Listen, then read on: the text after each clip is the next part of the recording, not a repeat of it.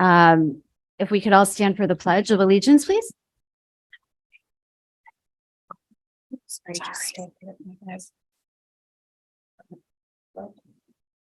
Okay. I pledge allegiance to the flag of the United States of America, and to the republic for which stands one nation, under God, indivisible, with liberty and justice for all. Okay, roll call, please. Jim Batson. Kara Benjamin. Here. Don Carmichael. Here. Kara Drumkey. Here. Lisa Essel. Here. Sonal Kulkarni. Here. Casey Root. Here. We know everybody present except for our colleague Jim Batson, and we would like to wish everybody a very happy Diwali for everybody that celebrates. And we will quickly review the agenda. At the top of the agenda, as always, we have our communication, including an invitation for public comment and any emailed public comments that we might have. Our student school board representatives will give their reports, and we will share some good news. Following that, we will have approval of the consent agenda. These are items that have been discussed extensively in committee, and these are routinely approved by the board with a single motion. Can I ask, are there any items that board members wish to pull out of the consent agenda this evening? No. Okay, seeing none. Items for action. The first 4 items I will take us through. Then I will turn it over to our chair of F&F for items E, F, and G. We are looking forward to 2 presentations tonight, one on our academic performance data from Dr. Sanchez regarding PSATs, ACT, and AP results. And then our results of a social and emotional panorama survey that was administered this fall and its comparison to the results in April. For information, we have our superintendent's report from Dr. Herman.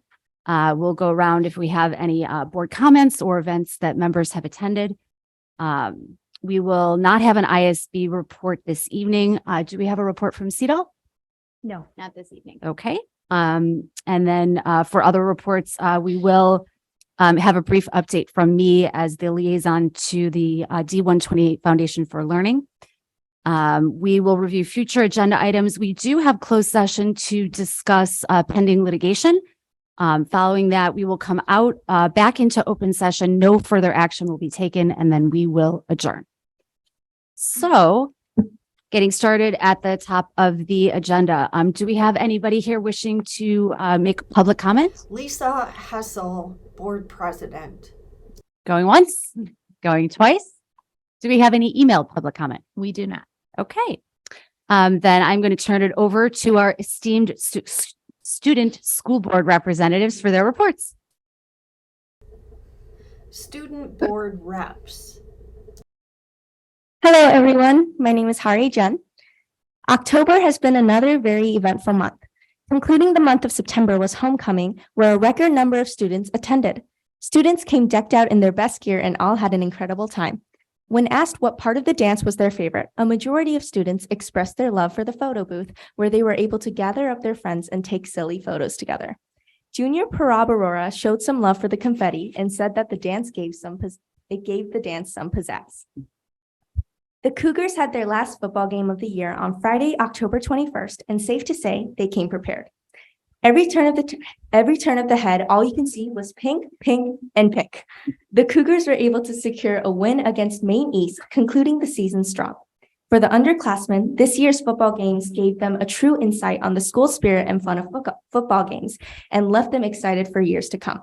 For the seniors, it was bittersweet. Senior Cale Wharton noted that as fun as it was, when he realized that this was the last one, he was very sad and thought that it was surreal that he wouldn't be a student of Vernon Hills High School the next time he attended one. On October 18th, the LMC had an author visitor, Samira Ahmed. Some English periods were able to attend her talk, where she gave perspective on her changing career and breaking stereotypes by being an Indian woman not pursuing a job from the STEM field, but rather following her gut and becoming an author. From the talk, students were able to understand that life is not a straight cut journey and that the curveballs that one may go through lead to paths that ultimately lead one to where they should be. Students expressed their appreciation to hear from an author of a minority group and were given a different perspective on a future job and how that should be determined by their passion for that job instead of some monetary value of it. Due to the state of the pandemic, the school year start has been a little different. There has been evident leaning towards the traditional start, and students seem to have a different perspective on COVID than before. Nurse Ms. Kelly noted that students don't seem very anxious about it and that the number of COVID cases have certainly declined. She went on to say that for most students, COVID has come to be adjacent to a cold, and the overall attitude towards COVID shifted to be tranquil. Red Ribbon Week starts on Monday, October 27th, led by Spark, one of the prevention clubs at Vernon Hills High School. This week highlights the importance of living substance-free, forming positive relationships, and making healthy choices. Monday being Put a Cap on Drugs Day, Hat Day, Tuesday being Give What You Can Day, Wednesday Healthy Lifestyle Fair, and Thursday having all the students wear red. Exec board member Haley Kalinowski noted that Red Ribbon Week is especially vital to her because it is important for her to stay healthy and happy when involving herself in various extracurriculars. Also, the Healthy Lifestyle Fair is taking place on Wednesday of Red Ribbon Week, and Ms. Dillon noted that 26 organizations will be hosting booths in the foyer during lunch periods to promote coping skills, nutrition, physical activity, and the importance of reading. A lot has happened in the month of October, and there's more to come. Good evening. Last month, I sought to shed light on student opinions regarding the school cafeteria. Since then, students on free meal plans have felt a shift in policy following an initiative led by Mr. Larry Varn. Comparing the experiences of students on free plans to those on paid plans through the lens of equity, Mr. Varn took notice of the increased limitation in lunch options. Through conversations with Quest, the percent of food items available to those on free food plans increased from 37 to 45%. The limitedness of food options had become a widely held concern among students in the survey shared with the board last month. While still leaving room to grow, efforts made by Mr. Varn have positively impacted Cougars. Mr. Varn's goal for the future is to further protect the discretion of individuals on such plans. By restructuring items only purchased or omitted by those on limited plans, students will have a less stressful mealtime experience. In other news, the influx of English language students at Vernon Hills has exposed the enormous impact of the program on its students and the necessity of dedicated staff members to students adjusting to a new environment. With many new to the country, EL teachers are, quote, not only the academic well-being of our English language students, but they're really responsible for their social emotional well-being, per Miss ML. Beyond working through a well-structured sentence, teachers like Miss ML allow homesick students to gain comfort in their school and in their voice. Joined by school and district administration, board members, teachers, and counselors, EL students in Miss ML's class could read their poetry or have a guest read their poetry in front of class. She says that the students have been very skeptical of this, but you could see how proud they were when they heard their poem read to them, where all of a sudden they realized their stuff was really good. The educational life skills class sat in on the poetry readings and served the class snacks, with both classes coming together to decorate the room and do spontaneous personal introductions.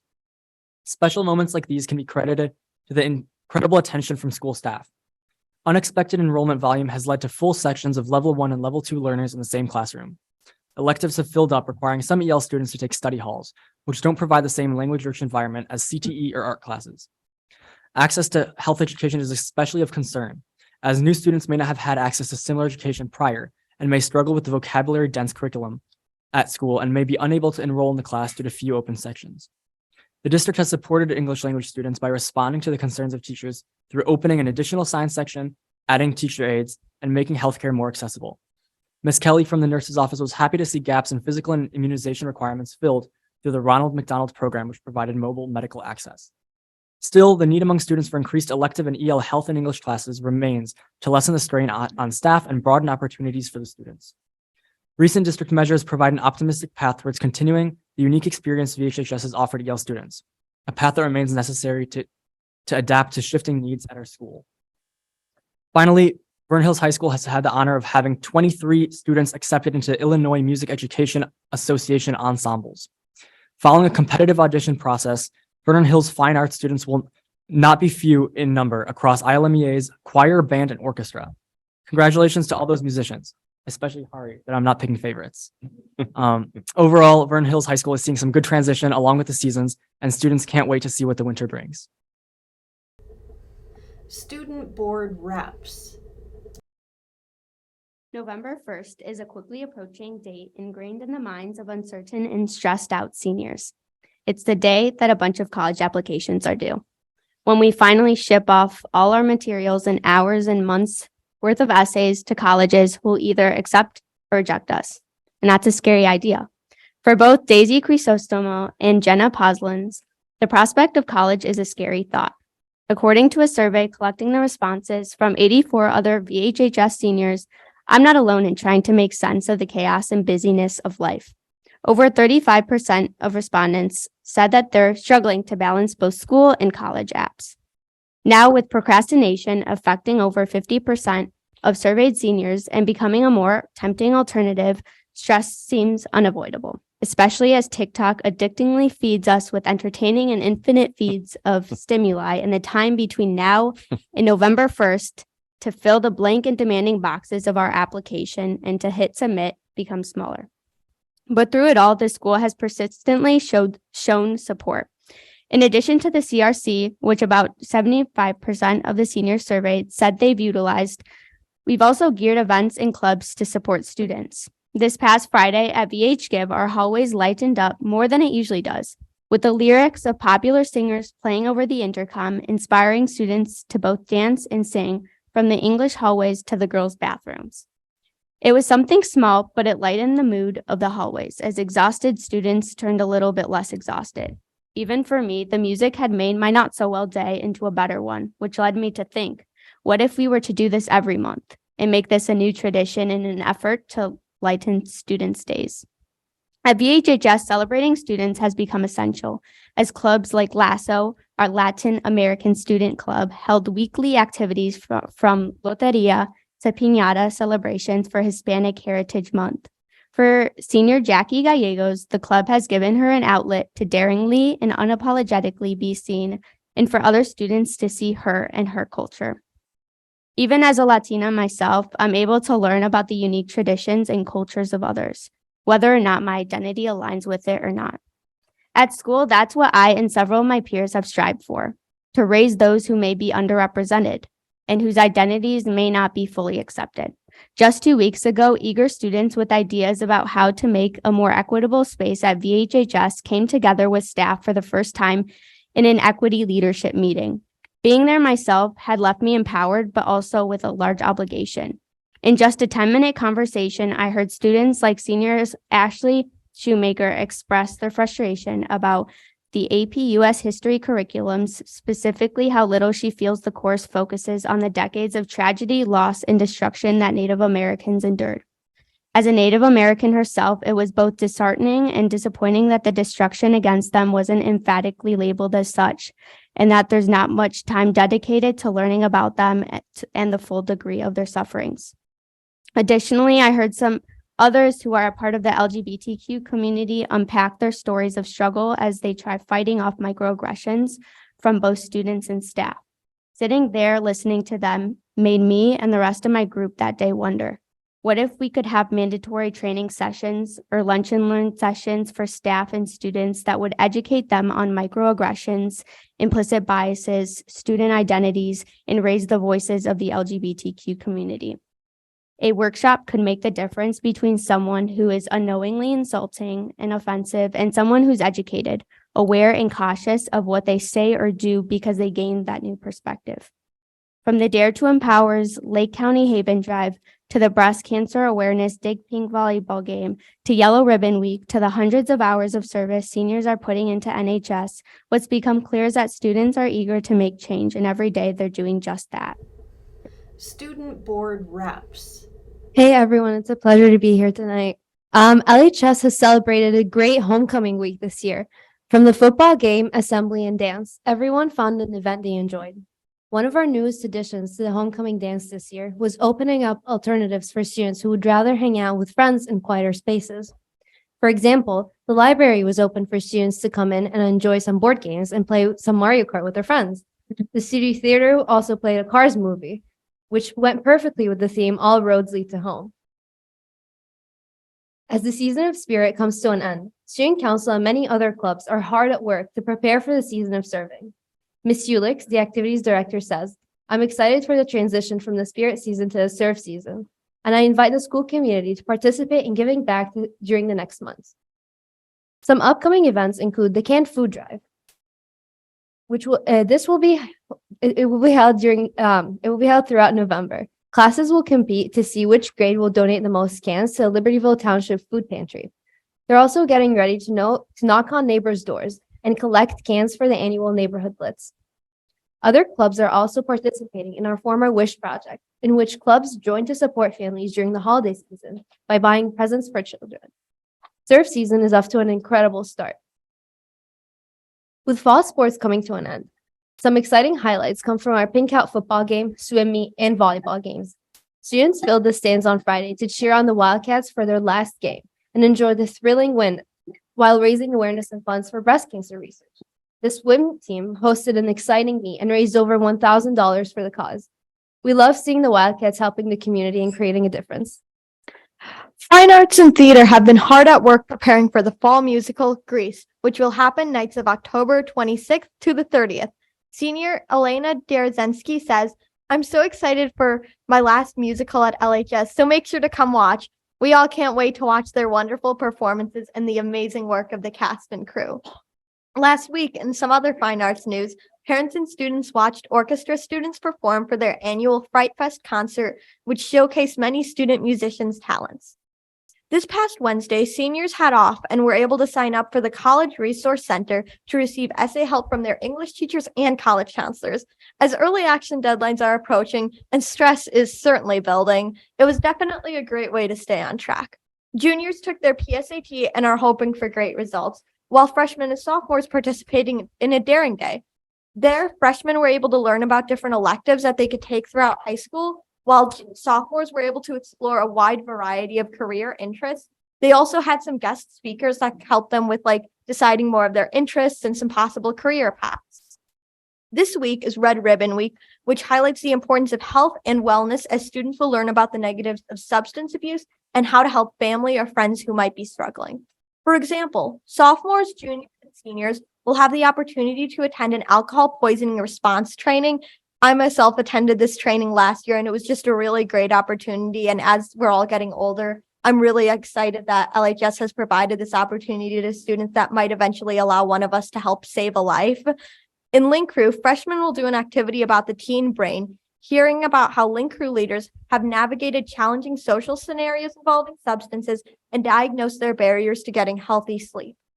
This week is incredibly important as our annual LHS Illinois Youth Survey data reported that LHS alcohol rates have dropped significantly over the past 8 years. So we really want to keep going on that trend, and we really want to keep building up the strong prevention culture that we've helped build.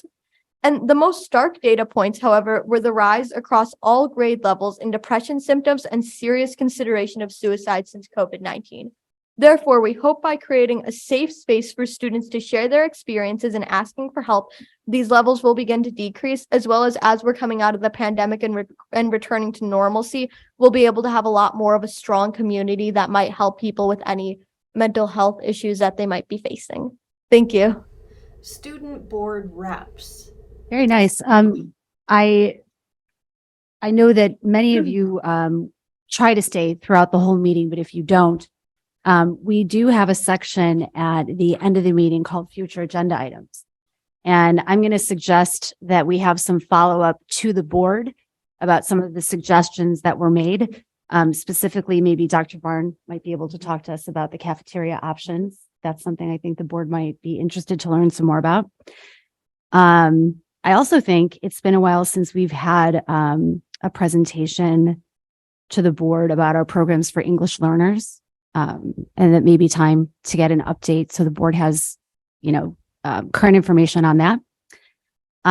Finally, we'll look forward to any recommendations that Dr. G and the equity group might come up with. It's an interesting suggestion about a microaggressions workshop. I don't know if that's something that's feasible or that's something that will be recommended by the administration.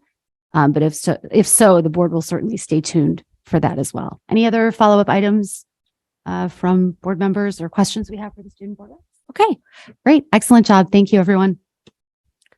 Yeah, I also want to compliment the students. That was actually one of the best student Agreed. updates I've heard. And you guys, I can tell how much you checked in with your classmates and really got knowledge on the topics you were reporting on. And I really feel like your voices are at the table. So thank you so much. And I get to add to many of the wonderful things they shared with some additional good news across the district. The D128 Foundation for Learning has announced the recipients of its 9th annual Alumni Achievement Awards. Bob Chicos, LHS class of 1992, and Danny Park, VHHS class of 2011. Bob currently serves as a special education teacher and head speech coach at Crystal Lake Central High School, where he's worked since 2008. Danny Park is the CEO and founder of RoboThink, a children's education franchise specializing in delivering robotics, coding, and engineering programs to curious young minds. They will receive their awards at the foundation's annual fundraiser, The Big Event, on Saturday, November 5th at White Deer Run in Vernon Hills. And speaking of the big event, tickets are on sale now for the foundation on the foundation's website for the Foundations for Learning annual fundraising event. This event is fun and there'll be live entertainment by Chicago Dueling Pianos, a silent auction, and more. All proceeds benefit programs for Libertyville High School and Vernon Hills High School students. Please consider joining us on November 5th at White Deer Run. Vernon Hills High School senior Jeffrey Brahms and Libertyville High School senior Katie Hodge have been named this year's recipients of the DAR Good Citizens Award for their respective schools. The following Vernon Hills students were named recipients of the October Cougar Class Act Awards: Charles Karsten, Parab Aurora, Joseph Jarzabek, Finley Lorenz, Lauren Bowers, Lucas Kudin, Ariel Smith, Alexandra Barden, Olivia Lawhorn, and Anaya Bindal. The following Libertyville students were named September True Wildcats: Sorrel Folk, Tiana Tillman, Mercedes Reyes, Nina Hernandez, Holden Codillo, Cicely Hamburg, and Katie Baker. And I think it was last meeting, we heard a presentation from Heidi Lechner about her international trip and her presentation in Vienna. Well, more good news about Heidi. She was named the 2022 Foreign Language Teacher of the Year for the Council of Teachers of Foreign Language, and that is a very big deal. So not only will she obviously represent us well across the state, she will now be eligible for the national awards. We'll keep you posted on that. The students mentioned this, but I think I have a different fundraising total. The Dig Pink girls volleyball match between Libertyville and Vernon Hills, again, raising money for breast cancer. Through their event, the team raised $2,700. So maybe that was with both teams combined. But again, it's a very great event for students to do together and for the community to provide that support. Okay, up next, D128 and D70 will collaborate and co-host a parent event on community safety at November 2nd at 7 p.m. in the Libertyville High School auditorium. All D128 parents are invited to attend, as well as all D70 parents are invited to attend. The speakers will be April Obakowicz from Be Smart, which is a campaign to raise awareness that secure gun storage can save children's lives. Will present on gun safety. And Bruno Diaz from the Department of Homeland Security will review the importance of threat assessments within our community and ways we can work together on safety. And at our IASB Lakes Division meeting held last week at Lake Zurich High School, our school board, D128, was recognized with the School Board Governance Recognition Program. And it, yes, I'll read it and then we'll do a photo or something. it recognizes effective school boards, and they understand that excellence in local school board governance requires full board commitment to obtaining the knowledge, skills, and abilities crucial for good governance. And our board certainly is dedicated for all of those things. So yes, we received our plaque. And, you know, this is something that I'm especially proud of. It's a foundation that was laid by prior boards. And, you know, governance is not always sexy or exciting or dramatic. You know, we are elected officials, but I am incredibly proud that we have received this award because we have had a focus on good governance. And I'm really proud to be a part of this team. And I was really proud to accept this award with Dr. Herman and Casey Rooney and Jim Batson at the Lakes dinner. So should we get a picture? Wait for Jim. Maybe we'll do it. Yeah, We'll wait for we can wait for Jim and we'll have this back over so it can be posted in the district office. Perfect. And last, but certainly not least, October is National Principals Month, a month that honors principals for their significant impact on the success and well-being of our nation's students. And D128 is proud to celebrate our principals and thank them for all they do to make Vernon Hills and Libertyville High Schools amazing places to learn and work. So thank you to John and Tom for being amazing. Lisa Hessel, Board President. The sun of quality public education rises and sets with you guys. You are among the best in the business, and you probably will get tired of hearing me say that I want to come back and be a student in D128. Thank you for pouring everything into our students, into our staff, into our buildings. Yours is a job that you have to live. It's a lot more than a job, and we recognize you, we see you, we appreciate you. Thank you. You're here. And that's all the good news for this evening. Okay, so on to the aforementioned less sexy things, like approving meeting minutes, and things that we already discussed in committee, like educational tours, our bills payable report. I am looking for a motion to approve our consent vote agenda, please. Rooney, motion to approve the consent vote agenda as presented. Hessel, second. Any discussion? Seeing none, can I have a roll call vote, please? Benjamin, Aye. Carmichael, Aye. Drumkey, Aye. Hessel, Aye. Kulkarni, Aye. Rooney. Aye.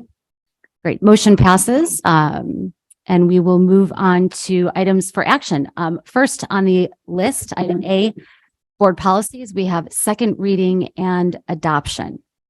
We're bringing board policy 420, which was transfer of funds, and we're renaming it fund balances. We've discussed this both our last two committee meetings and our last board meeting with the first reading. So we're bringing this for second reading and adoption. So board policy 420, fund balances. Great. Do we have a motion to approve board policy 420, fund balances renamed? Carmichael, so moved. Thank you. You have a second? Drumkey, second. Great. I have a motion and a second. Do we have any discussion? Seeing none, roll call, please. Carmichael. Aye. Drumkey, Aye. Hessel, Aye. Kulkarni, Aye. Rooney, Aye. Benjamin. Aye. Motion passes. Thank you. Moving on to calendar proposals. We have a proposed amended 23-24 school calendar. And I believe I'll turn it over to Dr. Sanchez to take us through that. Yes, so we have here the calendar for the next 2 years. We met and we were very thankful that Ms. Rooney was there. She has a lot of knowledge, at least that I don't have. And so she was able to share that with the committee. We did take some of the feedback that we got from the community and moved the start of the school year back a little bit. And so all students will be back on a Monday in both of these calendars. We've also added additional teacher induction days to that week before it. So we'll have teachers here who are new teachers for every day that week.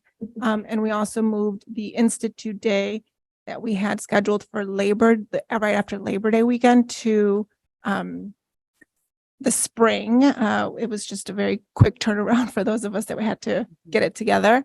And we also accounted for Eid as well, and those next two calendars.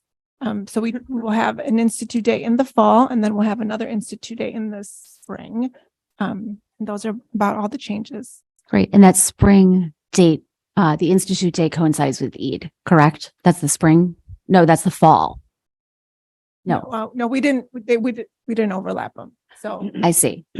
Eid will have its own day. Got it. Okay. And we did discuss that in committee. I apologize. Okay, great. Mhm. There was some question about which day. How did that get resolved? So we met last week, and that's for this year's calendar. I Mhm. reached out to actually 5 institutions, one in Des Plaines, one in Naperville, 2 and 1 in Lombard, and there was 1 in Mundelein, and there was 2 in Lombard, actually. 2 of them have full-time schools, and they are taking like their spring break coincides with Eid. One of them is taking it the week of April 17th. The other one is taking it the week of April 24th. There really wasn't a consensus as to the day. So then I figured I'd look at the cities with the largest Muslim populations and what their school districts are doing. So I looked at Dearborn, Michigan and Paterson, New Jersey. And in Dearborn, Michigan, they're taking the April 20th and 21st off in observance of Eid. And in Paterson, New Jersey, they're taking April 21st off in observance of Eid. So to talk about that, and that we are not able to add an additional Institute Day to our calendar this year. The maximum the state allows for. We could add a half a day where students would be in attendance and half day, and then the rest of the day would be a school improvement day where we have to provide professional development for teachers. So I'm going to be meeting with the Muslim Student Associations to see if a half day would suffice, because Eid starts at sundown on the 21st. And once we meet with them, we'll come back with a resolution. Great. Well, I certainly appreciate how responsive this amendment is to pushing the start of school back 3 full days, as our community has requested, and also working with the students and doing such good work trying to make sure that the Eid holiday coincides with, when we take it coincides with when it's being observed. So thank you. Can I have a motion to approve the 23-24 proposed amended calendar as well as the 24-25 proposed calendar? Rooney, so moved. Thank you. Can I have a second? Benjamin, second. Great. Any discussion? Okay, seeing none, roll call, please. Drumkey, Aye. Hessel, Aye. Kulkarni. Aye. Rooney, Aye. Benjamin, Aye. Carmichael. Aye. Motion passes. Thank you. Moving on to item C, employment of employees. So It we- looks like yeah, we have, so these are items that were presented to, I'm presenting to you after PMP committee. And so there's ESP, educational support staff and coaching extracurricular staff on there. There are 2 ESP positions that are new positions. So in regards to the questions on EL that were raised, our numbers in our emergent language program at Vernon Hills have increased. At the beginning of the year, we made a couple of changes in one of our science classes in biology with our teacher. And that was due to the number of EL students in biology. And so that was in what we had already budgeted for with the extra certified staff, the contingency that we had in there that allowed us to expand the biology class. So what we're looking at is these 2 new positions in EL, our aides, a Russian speaking aide and a Spanish speaking aide to help in our EL program. So those are what we looked at. Was we met with Vernon Hills team. A lot of us met with the team, and we had transfer students coming in over the summer, and then we've also had transfer students coming in the fall. Some of them, students are Ukrainian students, so our EL numbers have gone up. And so this will address our immediate needs.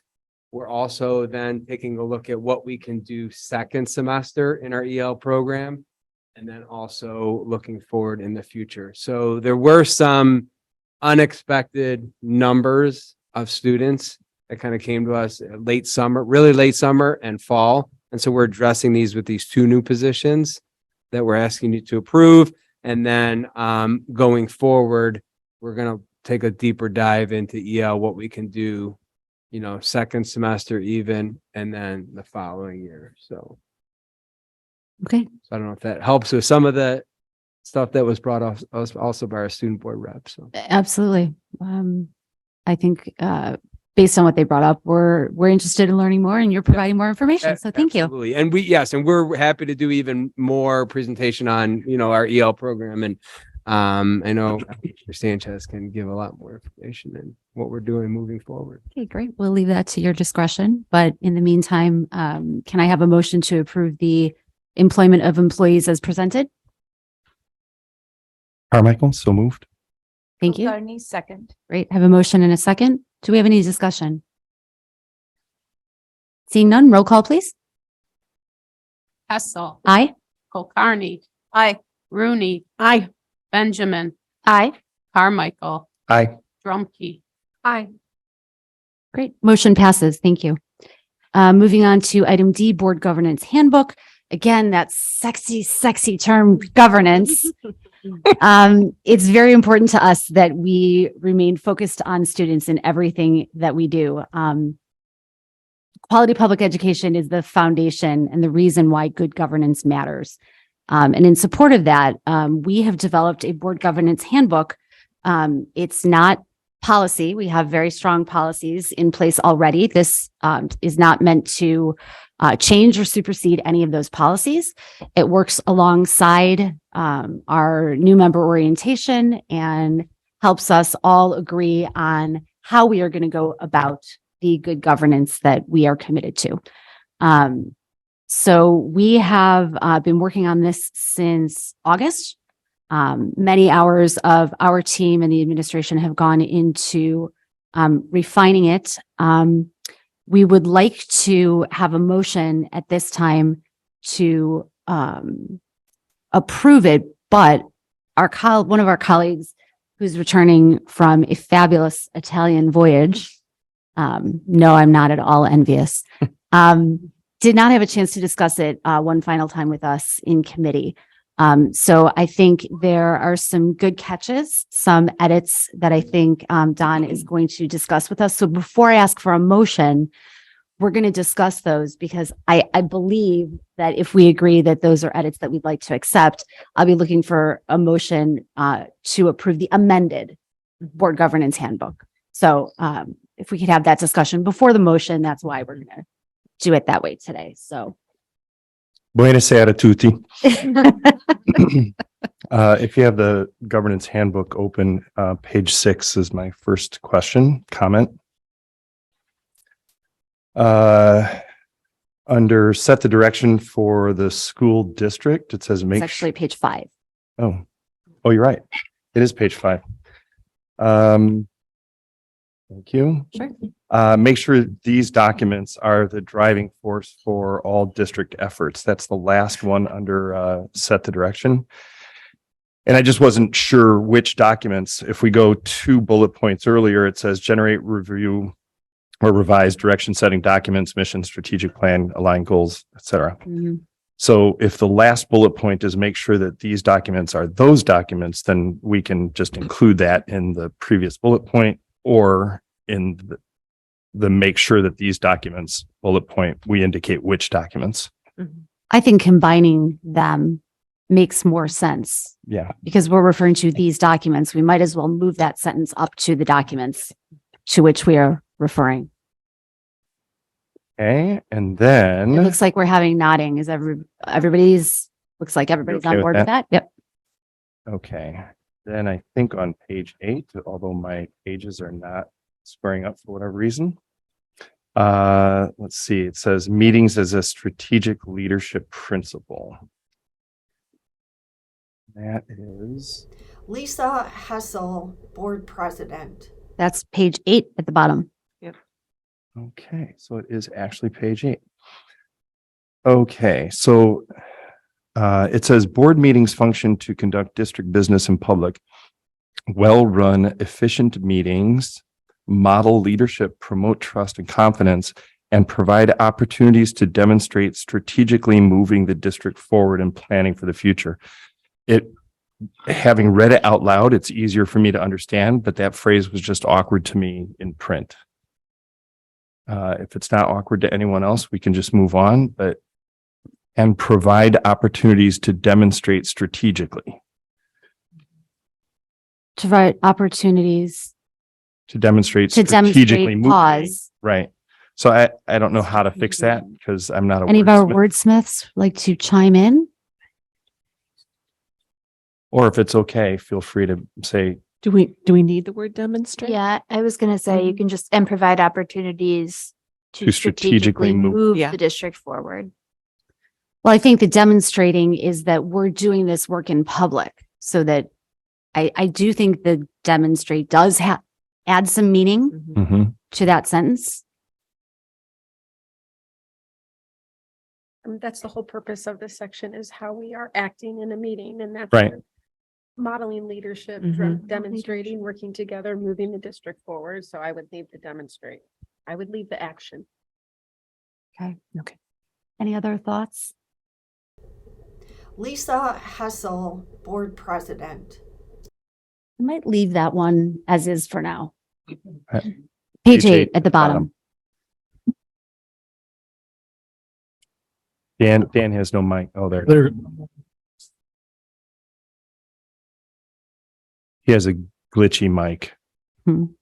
Just talk loud. All right. I didn't know if your point was about public, does it would it be helpful to add opportunities to publicly demonstrate? So if the context is about public, Mhm. would adding public. Provide opportunities publicly- to publicly demonstrate strategically moving the district forward. Yes, that would help. I like that. Super. Thank you, Dan. All right, that's good. I'm good. Dan contributed. Don Carmichael, Board Member. Okay, now I'm going to page 10. It's under the protocols for role of the board president. The protocols read, the role of the board president is to, and then it's confer, facilitate, model. And then the last one says the board president serves as the primary spokesman for the board. If we could just change that, scratch the board president and just say serve as the Mhm. primary spokesperson so Yes. that all those action words are the Yep. same. Good catch. Okay. That makes sense. And then board meeting agenda items. I don't have the page written there, but it's further down on this page. Page 10. And then For those it following says- along at home, it's page 10. Page 10. So under the principles, the second one says a consent agenda allows the board to approve items together without discussion or individual motions. I would like to add the word additional discussion so that it's clear that we have already discussed these things. So that's the second item. Yeah. Together without additional discussion. Yes. Okay. Another good catch. Thank you. Any comments on that one? No, that's a good catch. And I'm done. Fantastic. Grazie. Thank you. So I am not looking for a motion to approve the amended because we have not yet approved it. So it is not going to be amended. I'm going to ask for a motion to approve the board governance handbook with the changes as discussed. Rooney, so moved. Thank you. Can I have a second, please? Kulkarni, second. Thank you. Any further discussion? No, just thank you to everybody for all the work on this. Yeah. I was, It's really well done. that was really well done and I was very pleased that we were really all in step with our thoughts and the importance of it. So I've had a, pleasure to work on. sorry. Thank No, you. good. I've had conversations with board members at other districts who were interested in the final product. So when this is done, it's going to be posted, but I would like to share it personally. That's right. It will be posted on our website, and it's a perfect segue. Thank you to acknowledge that a lot of what we used was based on the work of the Santa Barbara Unified School District, and we gratefully acknowledge their contributions to our work. And we are glad to post it on our website so that other districts can do the same. I think having a board governance handbook is a positive step for quality public education. So, okay, can I have a roll call vote, please? Kulkarni. Aye. Rooney. Aye. Benjamin. Aye. Carmichael. Aye. Drumkey. Aye. Hessel. Aye. Motion passes. Thank you, everyone. At this time, I will turn it over to my esteemed colleague and Facilities and Finance Chair, Casey Rooney, to take Okay. us through the final action items. Yes, we have a few. Okay. Moving on to item E, estimated tax levy 2022. This is one of the most important actions we take as a board.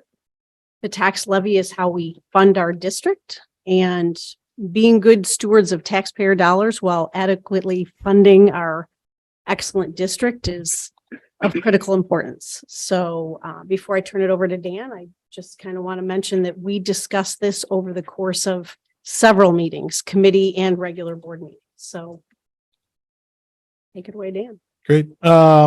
We got some slides put up there. Dan Stanley, Finance. All right. So this is the time for our levy season. So we're going to be talking about the estimate. This is going to be a much abbreviated version of what we talked about a couple weeks ago. To Casey's point, this is not the first time we were talking about this. We have talked about this at least as early as February of 2022, when we talked about our financial projections. This levy was a key factor in those assumptions. Back then, we've talked about these numbers in our budget discussions that happened over the course of the summer. And we've talked about these at our last committee meeting just a week ago. So this is not the first time we are talking about this, but this is a critical time that we are talking about this. So just as a reminder for the district and everybody in our room, where we get our money, on average, you find in the United States, state and local end up splitting it, and the federal kicks in some money. In Illinois, it is more common on average to find the local community contributing more, about 2/3, state contributing 1/4, and federal kicking in the rest. But at District 128, 95% of our revenue comes from our local community, and 88% of our total revenue comes from property taxes.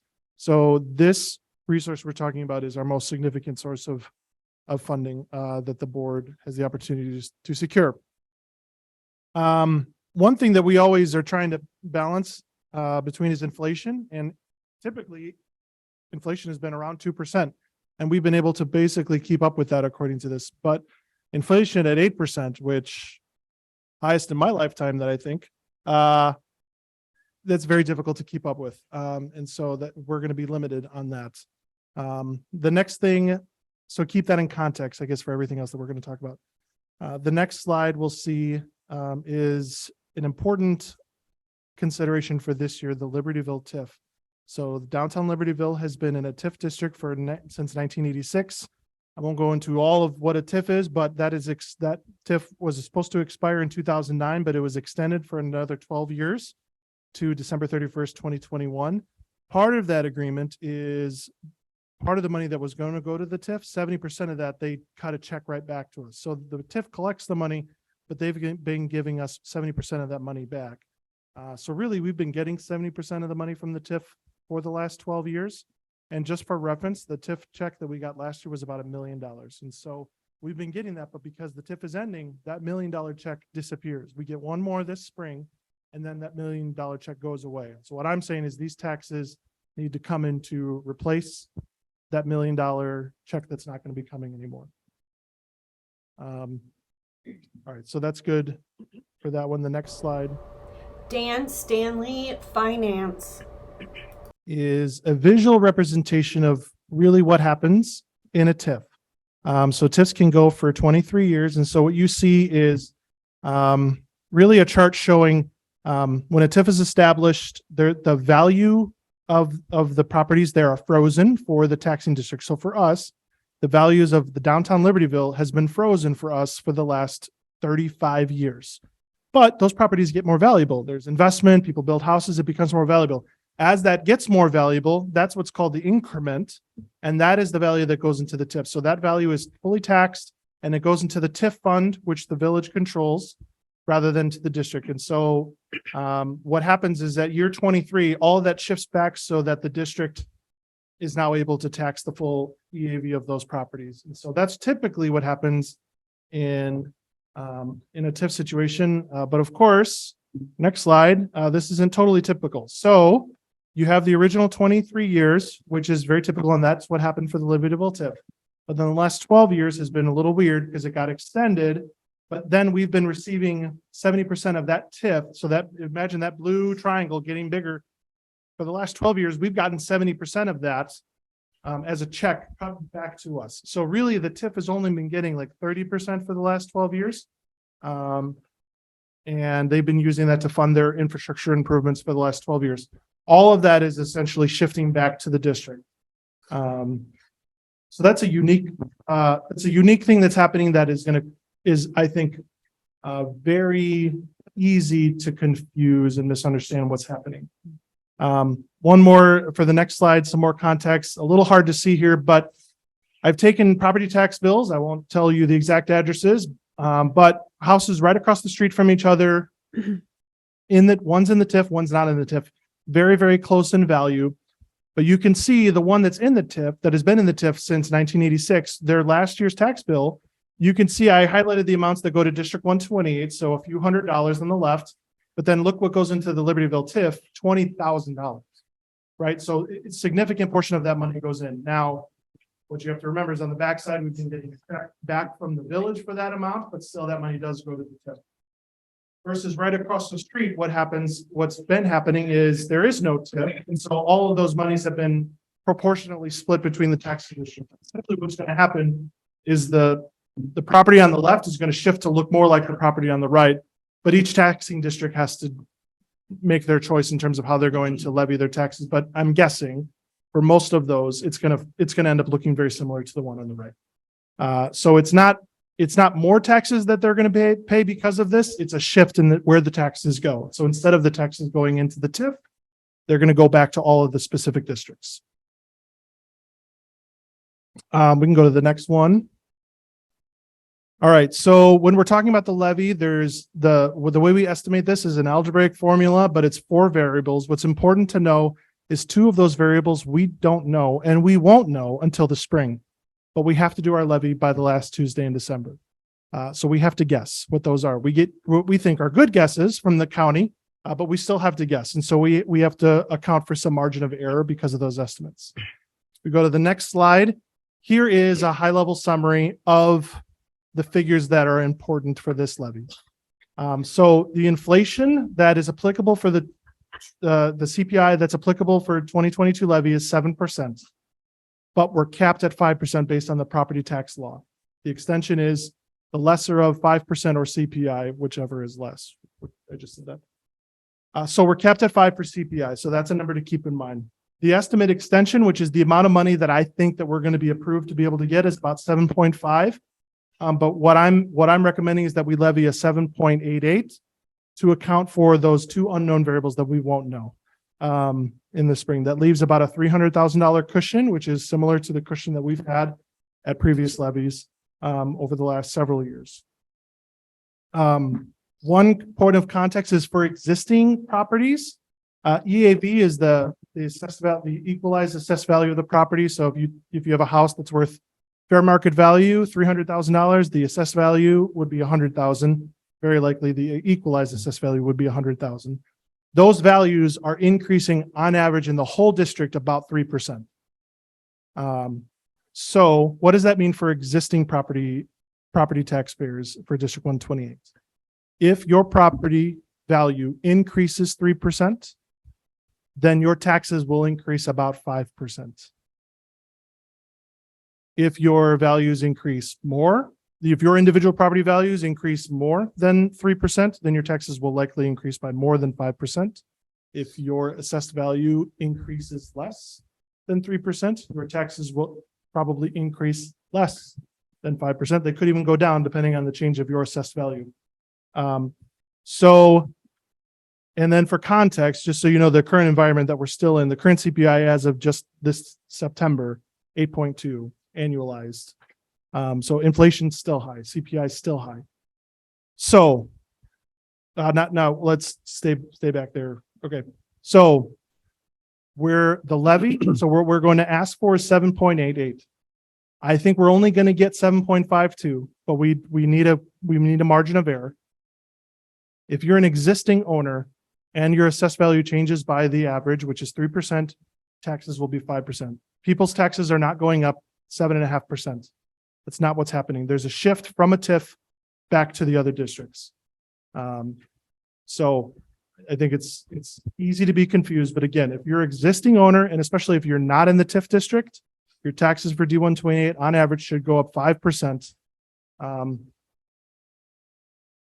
Not 7, not 8, they're going up 5% on average based on your change in value.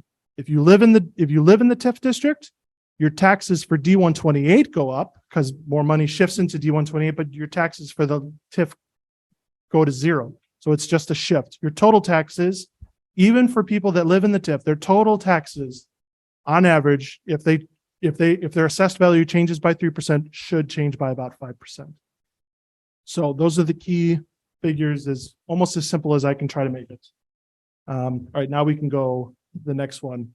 And back to the point of, this is not something that is new information to us. This is something that at least I've anticipated for a couple of years, but we've talked even recently and very publicly about this at our February committee meeting when we looked at our long-term financial projections. And this levy that is essentially being recommended right now is built into those projections. Those are our long-term projections. So we are in a deficit this year. We knew that, but we knew based on our assumption that this would be about a 1-year problem, 1-year deficit issue.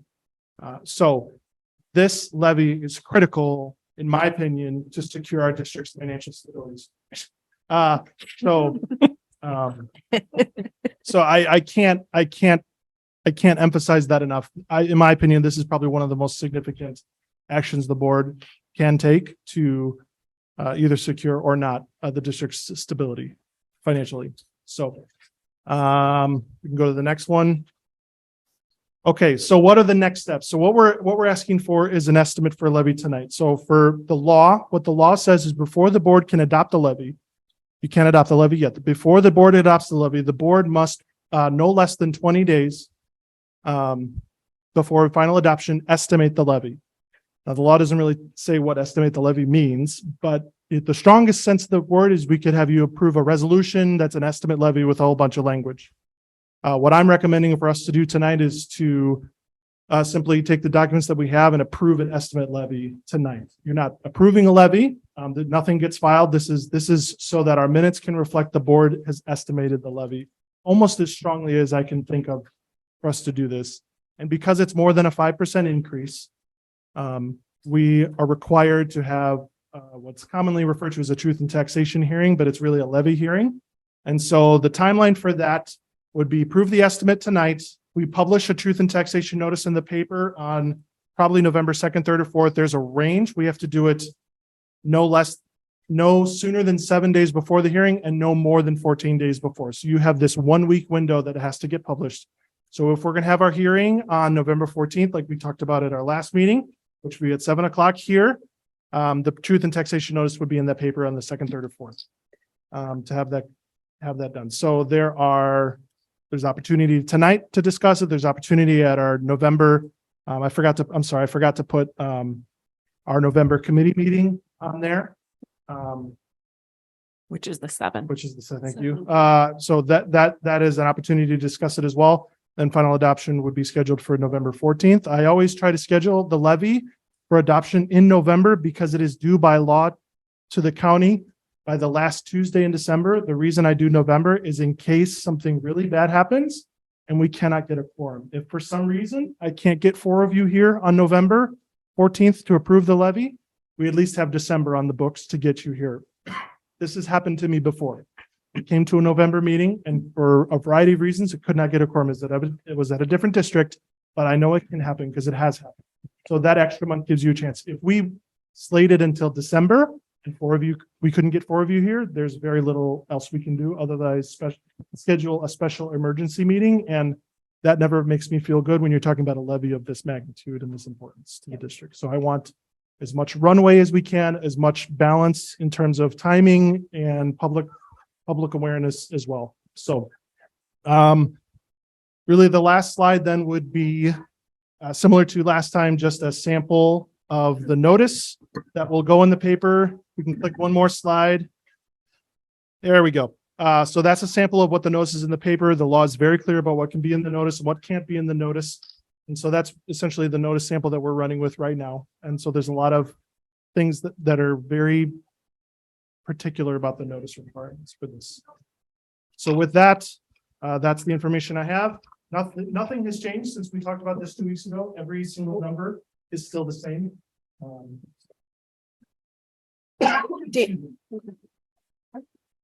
This may just be a sample there, but I'm just reading the line. This represents a 7.8% increase over the previous year.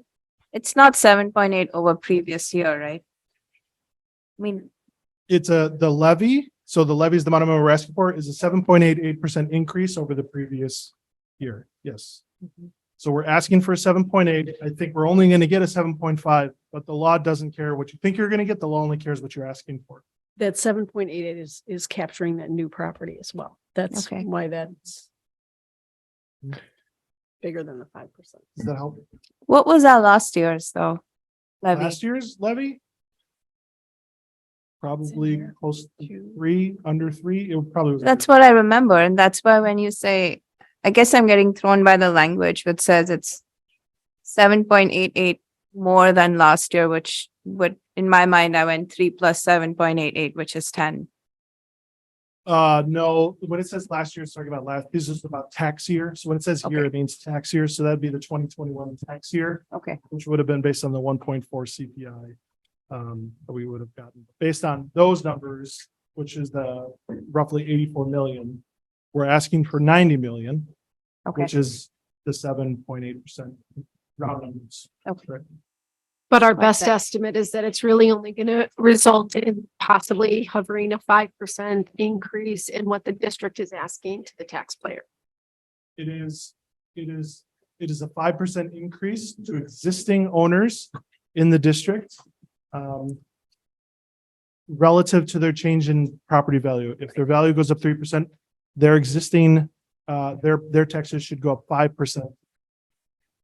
What's happening to take it from the 5 to the 7.5 is the shift from the TIF back into the district. So again, those taxpayers that live in the TIF, the taxes that go to D128 will significantly increase, way more than, Right, but it won't be a net increase to them. it will not be It will on be a their flat. bottom line. Right. But again, we are only one portion. If you saw that tax bill example, we are That's one what I'm of trying to many say. taxing So districts. from an individual's tax bill, the portion that goes to the district, we can expect to, I mean, I'm just trying to make it simple for people who are listening.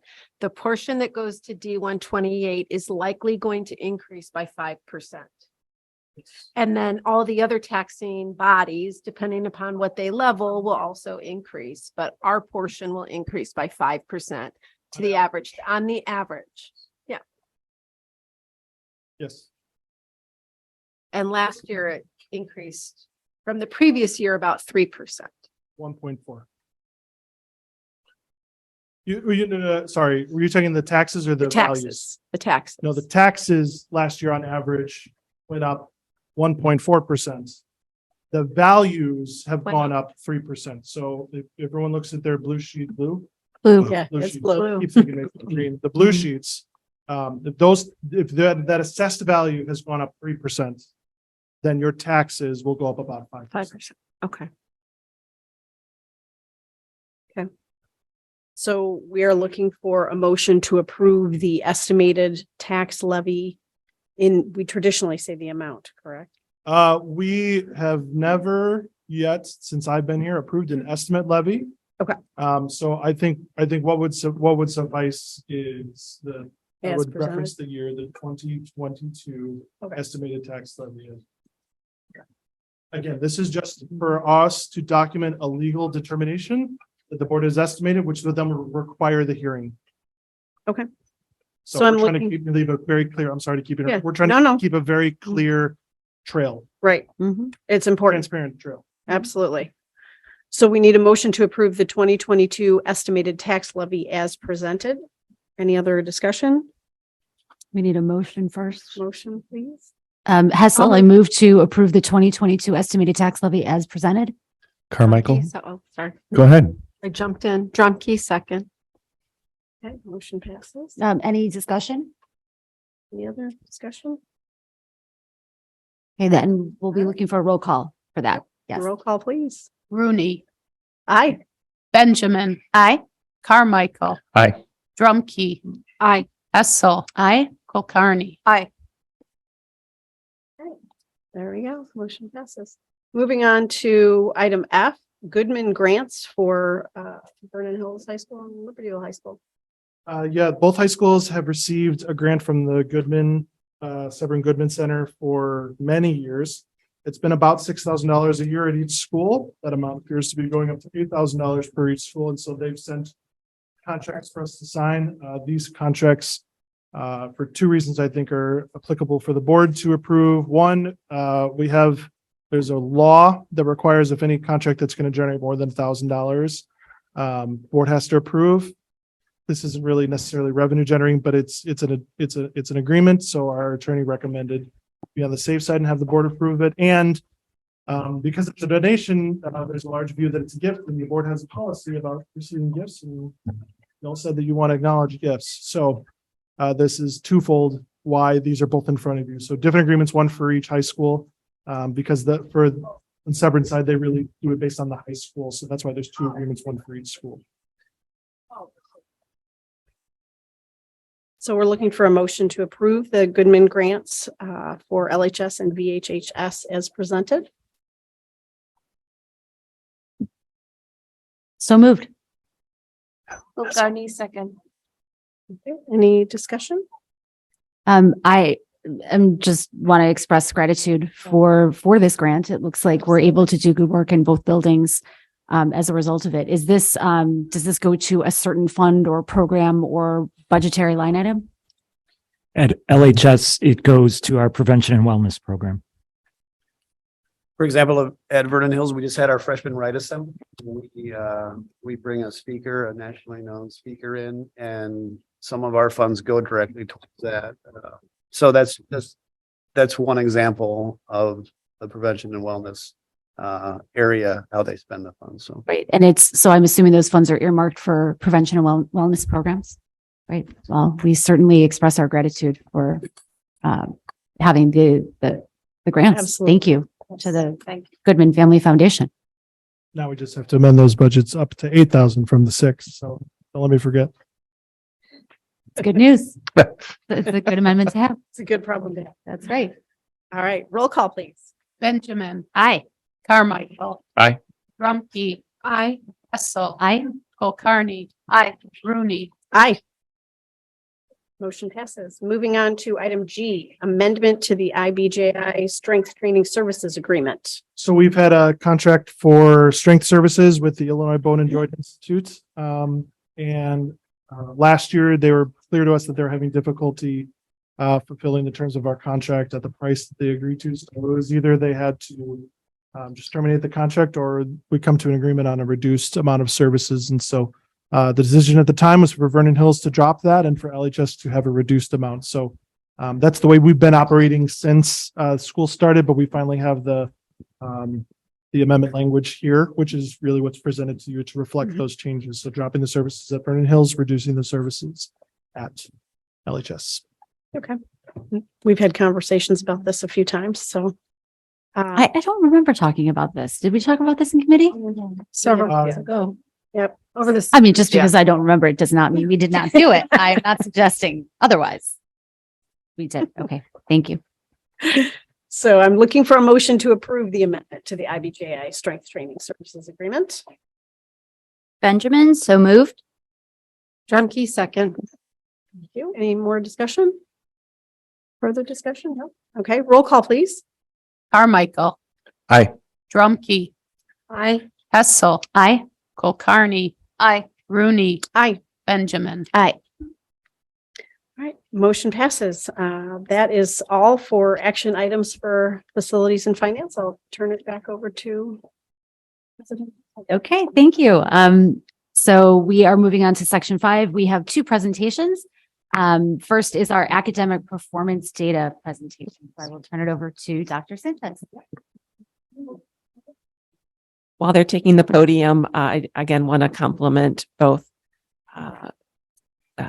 Ms. Eames and Dr. Sanchez on putting together a wonderful presentation. And this is the time to be talking about student achievement. The information we're presenting to you tonight is the data we have on our students that is not on the school report card. The school report card will be issued on Thursday. And so that's why we'll have a second round of data and information for the board at our November meeting. So that also serves to split this up into 2 chunks so that they're more digestible for you. So I'm going to turn it over to the 2 ladies to tell us all about our student achievement. Yes, and you took a little bit of what I was going to do, but I just wanted Sorry. to thank Charlotte for all of the hard work as we're trying to figure out what this reporting will look like annually, and being very nimble with all the requests and going back and forth, and just allowing me to use some of her data brain. So thank you. And she's going to start us off. Yes. So as Dr. Herman said, we receive much academic performance data. Some of this will be on our report card coming out in a few days. So we're reporting on what will not be in the report card. You can go ahead and show all those. So we'll be reporting on PSAT data, ACT data, and our advanced placement data this evening. And SAT data will be coming next time. So the PSAT 8-9 is given to all 9th graders in the spring of each school year. However, we have 2 years for which we did not give this test. So we didn't give it in school year 1920, and we didn't give it in school year 2021 due to the pandemic. So we don't have comparison data for the PSAT 8-9, but we will show what data we do have from 21-22 and compare to some national norms. So we administered in April, and we had a really great participation rate. The district 128 total participation was 98.3%, 816 total students tested, and you can see the percentages from both schools as well. So the PSAT results are given in 2 sections. So there's an English language arts section and there is a math section. And so it is reported as 2 separate scores, and each has their own benchmarks depending on the grade level. The highest possible points that a student can earn in each of the sections is 760 points. But you see the benchmark here for 9th grade on the ELA section is 410 points. 87.5% of our District 128 9th graders met that benchmark with an average score of 509 points, putting them in the 76th national percentile for ELA. And on the math section, the 9th grade benchmark is 450 points. 68.9% of our D128 students met that benchmark with an average math score of 499, and that puts them in the 77th national percentile in math. 67% of our 9th graders met both the ELA and math benchmark, and 10.6% of our 9th graders did not meet either of those benchmarks. So I'm going to talk a little bit about the PSAT 10, which is a slightly different version of this test, and it's given to all 10th graders. As with the 8-9 data, we did not give it in the 1920 or the 2021 school year, so we don't have that data to compare it to. Also, like the PSAT 8-9, it is a practice SAT that the students take after their freshman year. And it's an opportunity for them to see how well they are performing in SAT, but also some of the areas that they may want to focus on and improve for the following year when they take the SAT as juniors. In 2022, we had a participation rate of 99% with a total of 817 students tested throughout the district.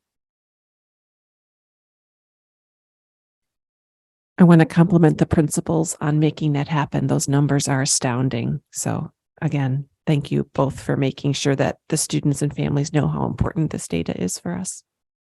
And so we're going to take a look at some of the same data that we saw for our 8-9, but for the 10th graders.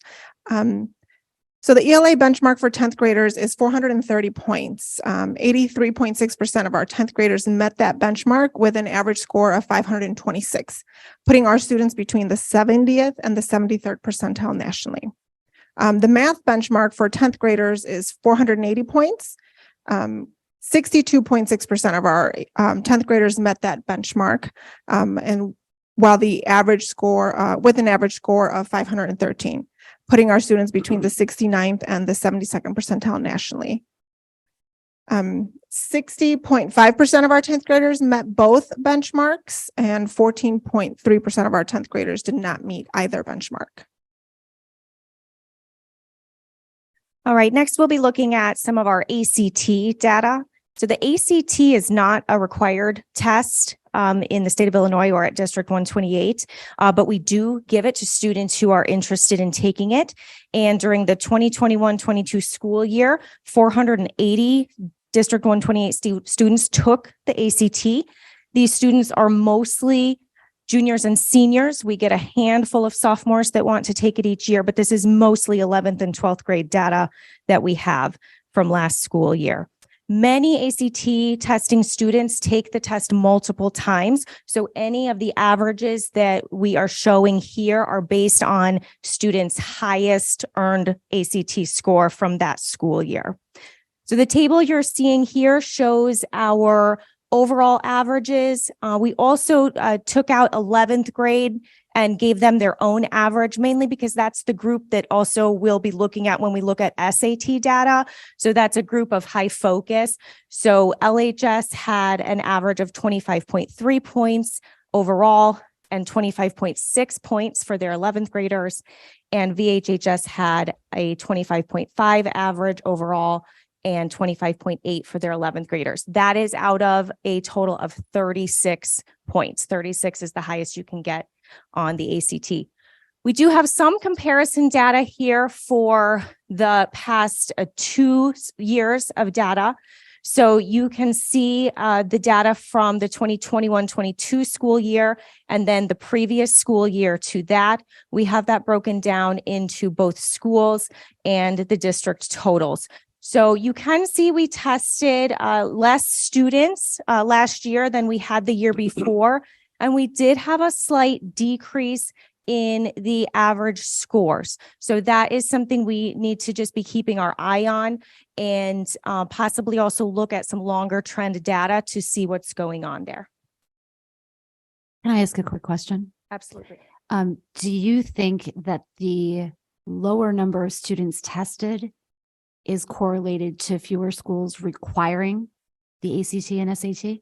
I think that's very likely. Yes, I think so. That's a trend we might continue to see. I think that's very possible. Yes, I'd like to delve into our trend data over the past 5 years, which I have not seen yet, to really kind of see how that trend is going. But that would be my guess. It's just becoming a less popular test for students to take with the SAT, and sometimes now not even any. Right. It's becoming less of a popular option over time, and especially post-pandemic when we had years where students didn't test.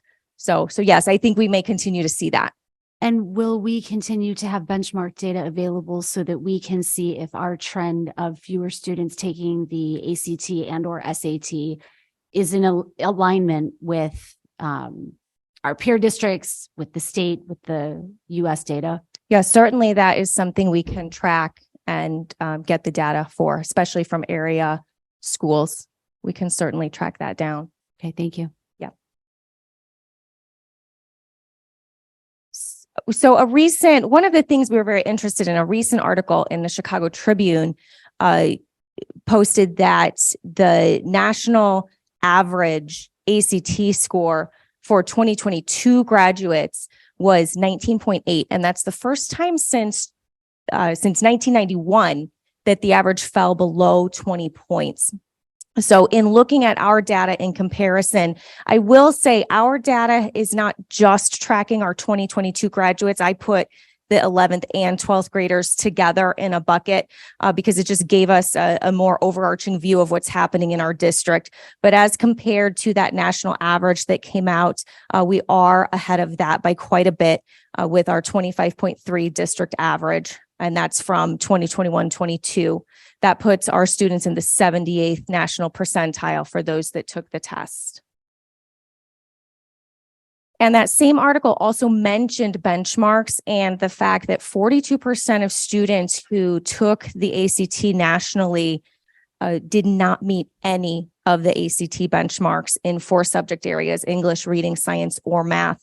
In District 128, for our students who took that test, that number was only 6% of our students not meeting any benchmarks.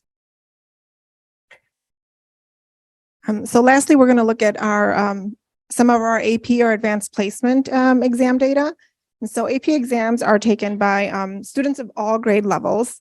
In the spring of 2022, we gave over 3,300 AP exams. A passing score is considered a 3 out of a maximum of 5. And we had 2,666 students achieve that, which gave us a passing rate about 80.74%. As a comparison, we gave 3,560 AP exams in the spring of 2021. So the number of exams given this past year decreased slightly, but the pass rate improved from 2021, which was 76.10%.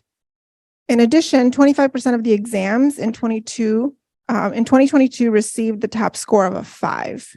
So this is an increase from that of 2021, when 22% of AP exams taken in the district received a score of a 5. College Board does not publish overall passing rate comparisons for schools or districts, but they do publish state and global comparisons per subject.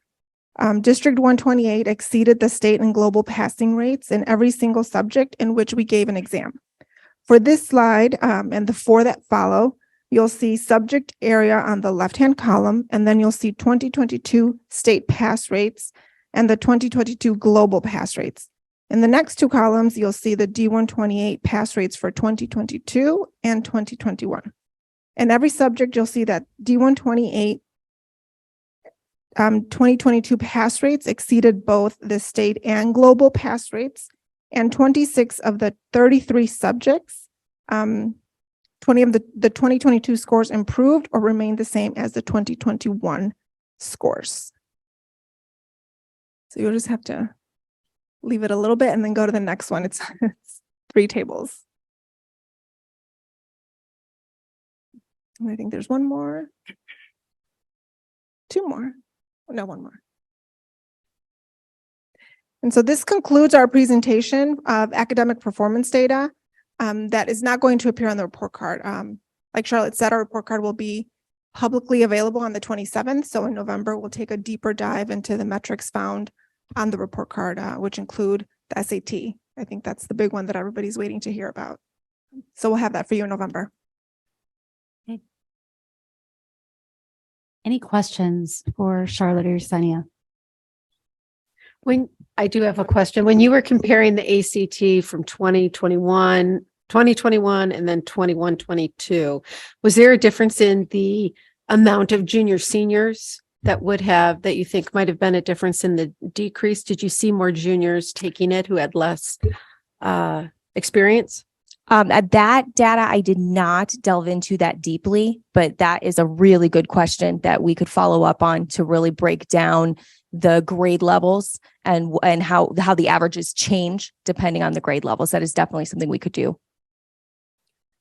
And I just want to compliment Charlotte, for putting this report together, but this is the first time we're presenting the data to all of you in this way.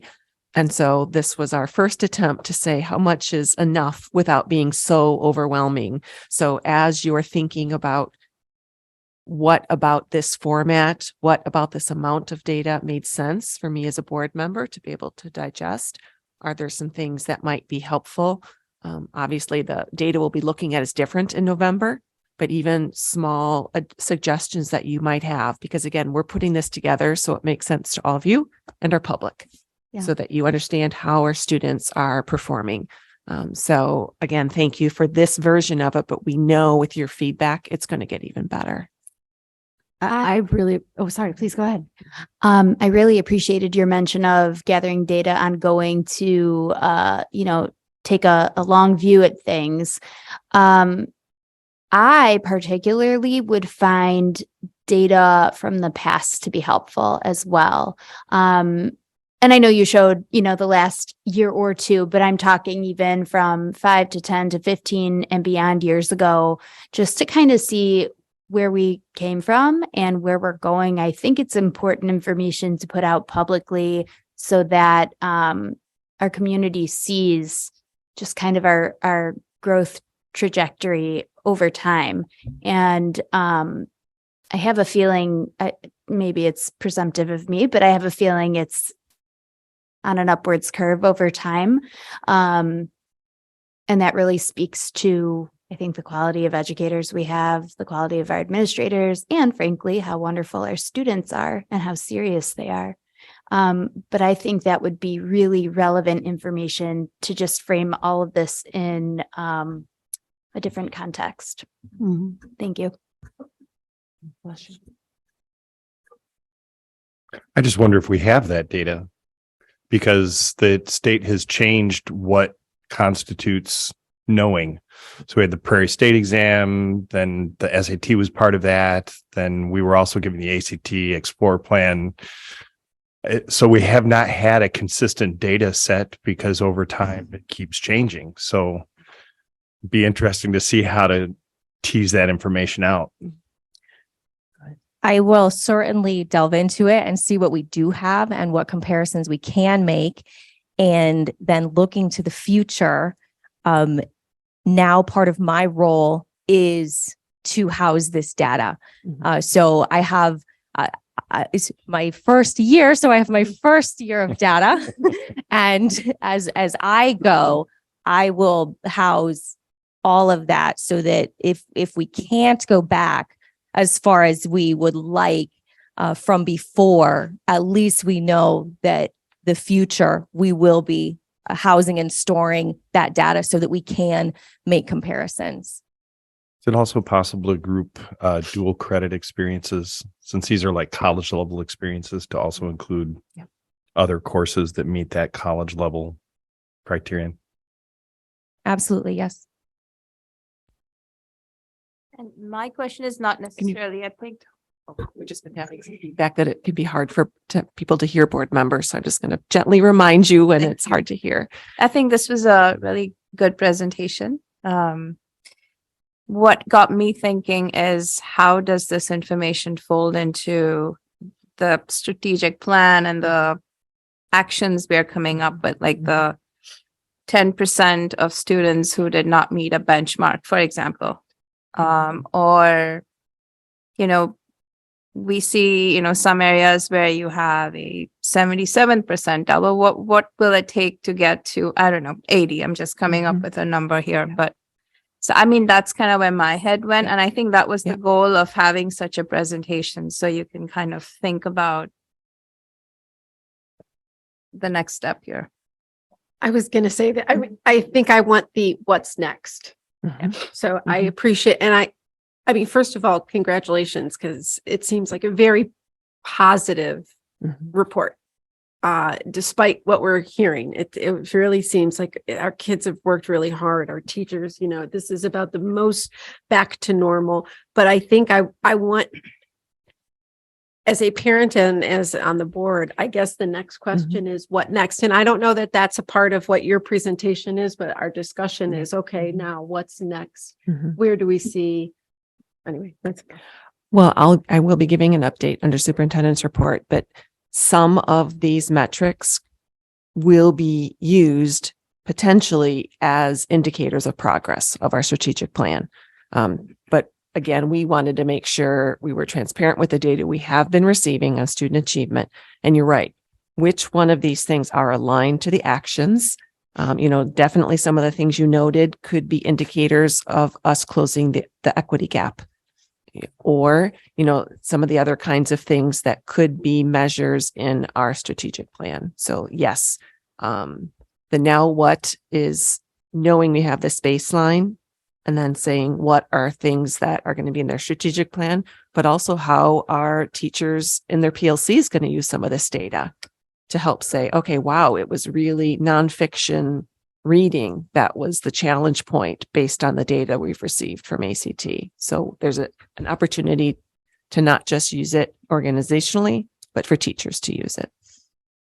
Speaking of teachers, I want to give a special shout out to the AP teachers in the district for the great results for the 22 school year compared to the 21 school year, because that increase is noted and appreciated, and we give credit where credit is due. So thank you to our AP teachers. I do want to amplify that having 5-year data would really be helpful. I understand it's not available for the 19, 20, and 2021 school year, but going back the 2 or 3 school years prior, I agree that context is very helpful for us to see over time. I also want to amplify that it's important to say, okay, we have this data. So what? What are we going to do with it? I've never wanted to have this data. I don't want us to chase our tails and have this data in and of itself drive our strategic plan. But I do think this is one indicator of how our strategic plan is serving students among many indicators. So I really do appreciate seeing this data. I do like how it's presented. And I'm very proud to see that although our ACT scores were down slightly, it certainly is significantly less than the national average. And with the pandemic and what we went through globally, I think a slight decrease is to be expected. It's noted, it's something we'd like to see change, but there's a variety of factors because it is optional. And because we, at this point don't know the percentage of juniors versus seniors taking it, which is important because juniors have not learned some of the subject matter content on that test yet. But I appreciate it. And I appreciate both of you and the job that you did pulling this together. Any other questions or comments? Yes, please. Something occurred to me.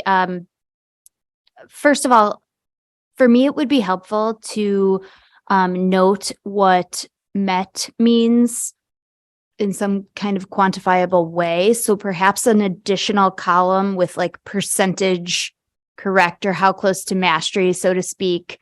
That for me, that would help. Like what did that exactly mean? But additionally, maybe somehow expanding on the idea that met means met or exceeded.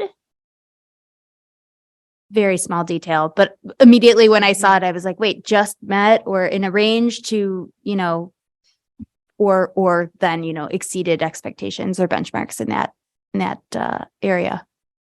Thank you. I also wanted to comment about the AP teachers because they have for years been using data-driven conversations to figure out what's going on in their classes. And they get this data every July. Like they're waiting for that data to come out so that they can see how their kids did, but then they look at how their courses do.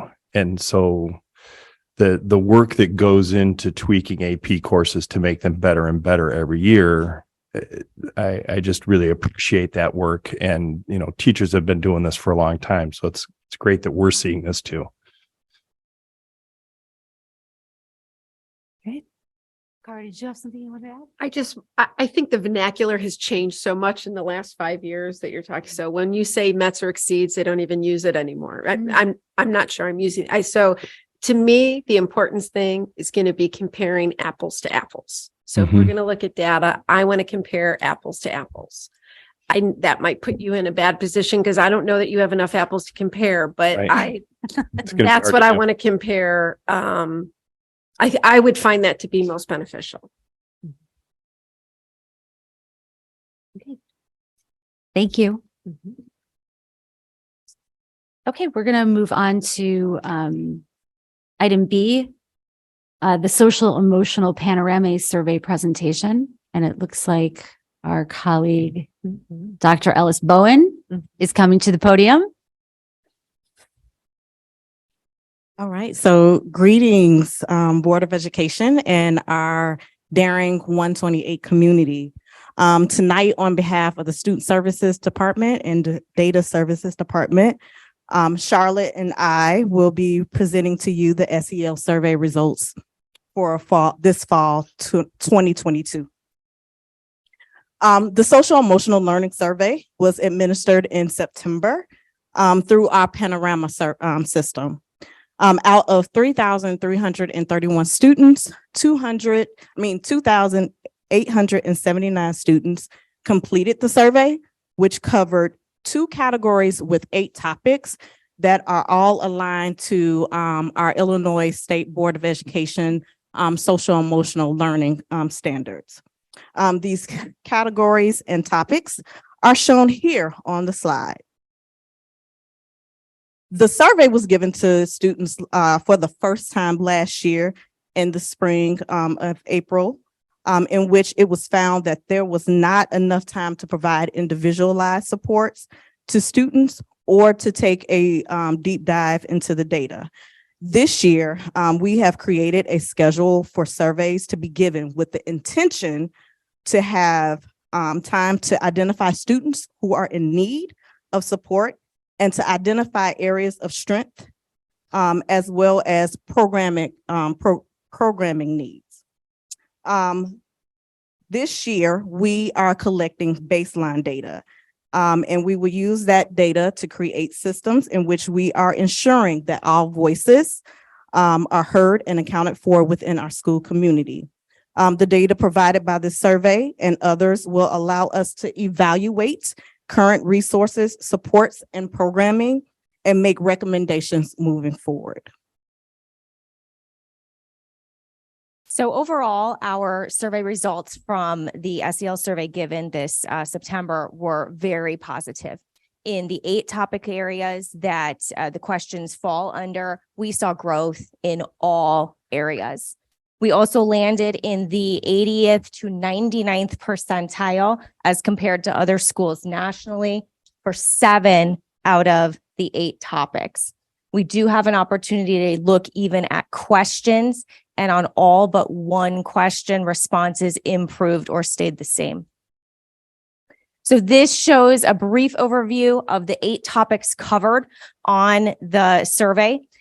You can see those topics on the left side, followed by the way this is reported is percent favorable. So the higher that number, the better. We want to see those high numbers. You also see the percentiles and how much we've changed since the spring SEL survey. So you can see that we have increases in all topic areas.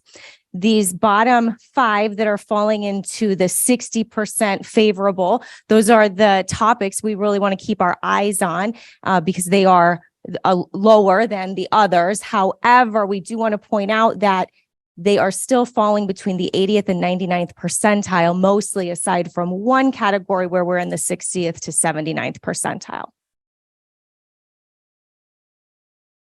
So we believe the improvement that we saw from April to September is twofold. First of all, I think our students are feeling the relief of having their first normal school year in several years.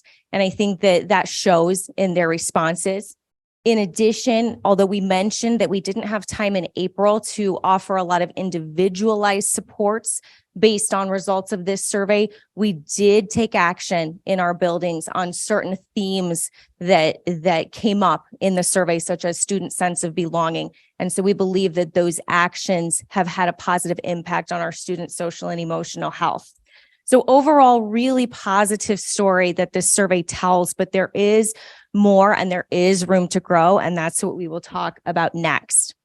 So on the spring SEL survey, there were some gaps in favorable responses between our overall student population and some specific student groups. And we can go ahead and put those groups up on the screen. These are the student groups that really stuck out in terms of having a gap in favorable responses to the overall population in April. And on the next slide, we're going to see that these student groups remained the same ones that stood out on the fall SEL survey. So those same student groups, and we're going to look at each one in a little bit more depth in a moment, but those same student groups are showing gaps. We noticed as well that in many cases, those gaps are growing. So there are some areas where we really need to focus our attention and put some systems in place to see some growth. As we go on to the next several slides, I want you to pay attention to the color of the squares. So the data is shown color coded, and when you see an orange square, that indicates that student group in that topic had a less favorable response than the overall. And the deeper that color of orange, the greater the gap is. So we're going to see several slides that are similar, focusing on different student groups. So for our English language learners, in the spring, this group reported less favorably on 6 of the 8 topics. And in the fall, this grew to 7 of the 8 topics. In addition, we saw that the gaps in favorable responses grew in all 8 topics. So this is certainly a group that we need to keep our eye on and work toward improvement. Students receiving free and reduced price lunch. In the spring, these students reported less favorably on 7 of the 8 topics. And in the fall, this grew to all 8 topics. We did see some improvement in 3 areas. The gaps decreased in emotion regulation, self-efficacy, and self-management, but note that other gaps did grow. So some encouraging things there, but certainly room for growth. Students receiving special education services in the spring reported less favorably on all 8 topics, and this remained true on the fall survey. In addition, gaps grew in 7 of the 8 topics. You can see the deep orange there showing the large gaps. Female students report less favorably on 5 of the 8 topics. And this was a particularly interesting group to look at because the data remained very similar between the 2 surveys. So female students reporting less favorably on the same 5 topics in the fall, and gaps remaining very similar for our female students. Our Black or African American students in the spring reported less favorably on all 8 topics. We are encouraged to see that on the fall survey, this went down to 7. So we still have work to do there, but there were some improvements. Gaps grew in 4 areas, but they shrank in 4 others. So again, we see some encouraging improvements for this particular student group, but where we do have some concerns is the very extreme gaps and the growing gaps. So this is another real area for focus. And Hispanic students in the spring reported less favorably on 7 of the 8 topics, and this grew to all 8 topics on the fall survey. As with some of the other student groups we have looked at, we do see some improvement, which is encouraging. Gaps shrank in self-efficacy, self-management, and supportive relationships. In other topics, though, the gaps grew or remained the same. So again, some encouraging things happening, but still a lot of room for improvement in this student group. All right. So how the results of this SEL survey are being used. So the SEL survey is not anonymous. And this allows the buildings to begin to identify specific students for individual needs, as well as to pinpoint students that may be in need of immediate supports. And so immediately after this information was released, which was within 2 weeks of the survey being given, we began to work with the students who were color coded red, and also free responses that required immediate attention. Students identified in these two areas were given support and resources through their learning support teams.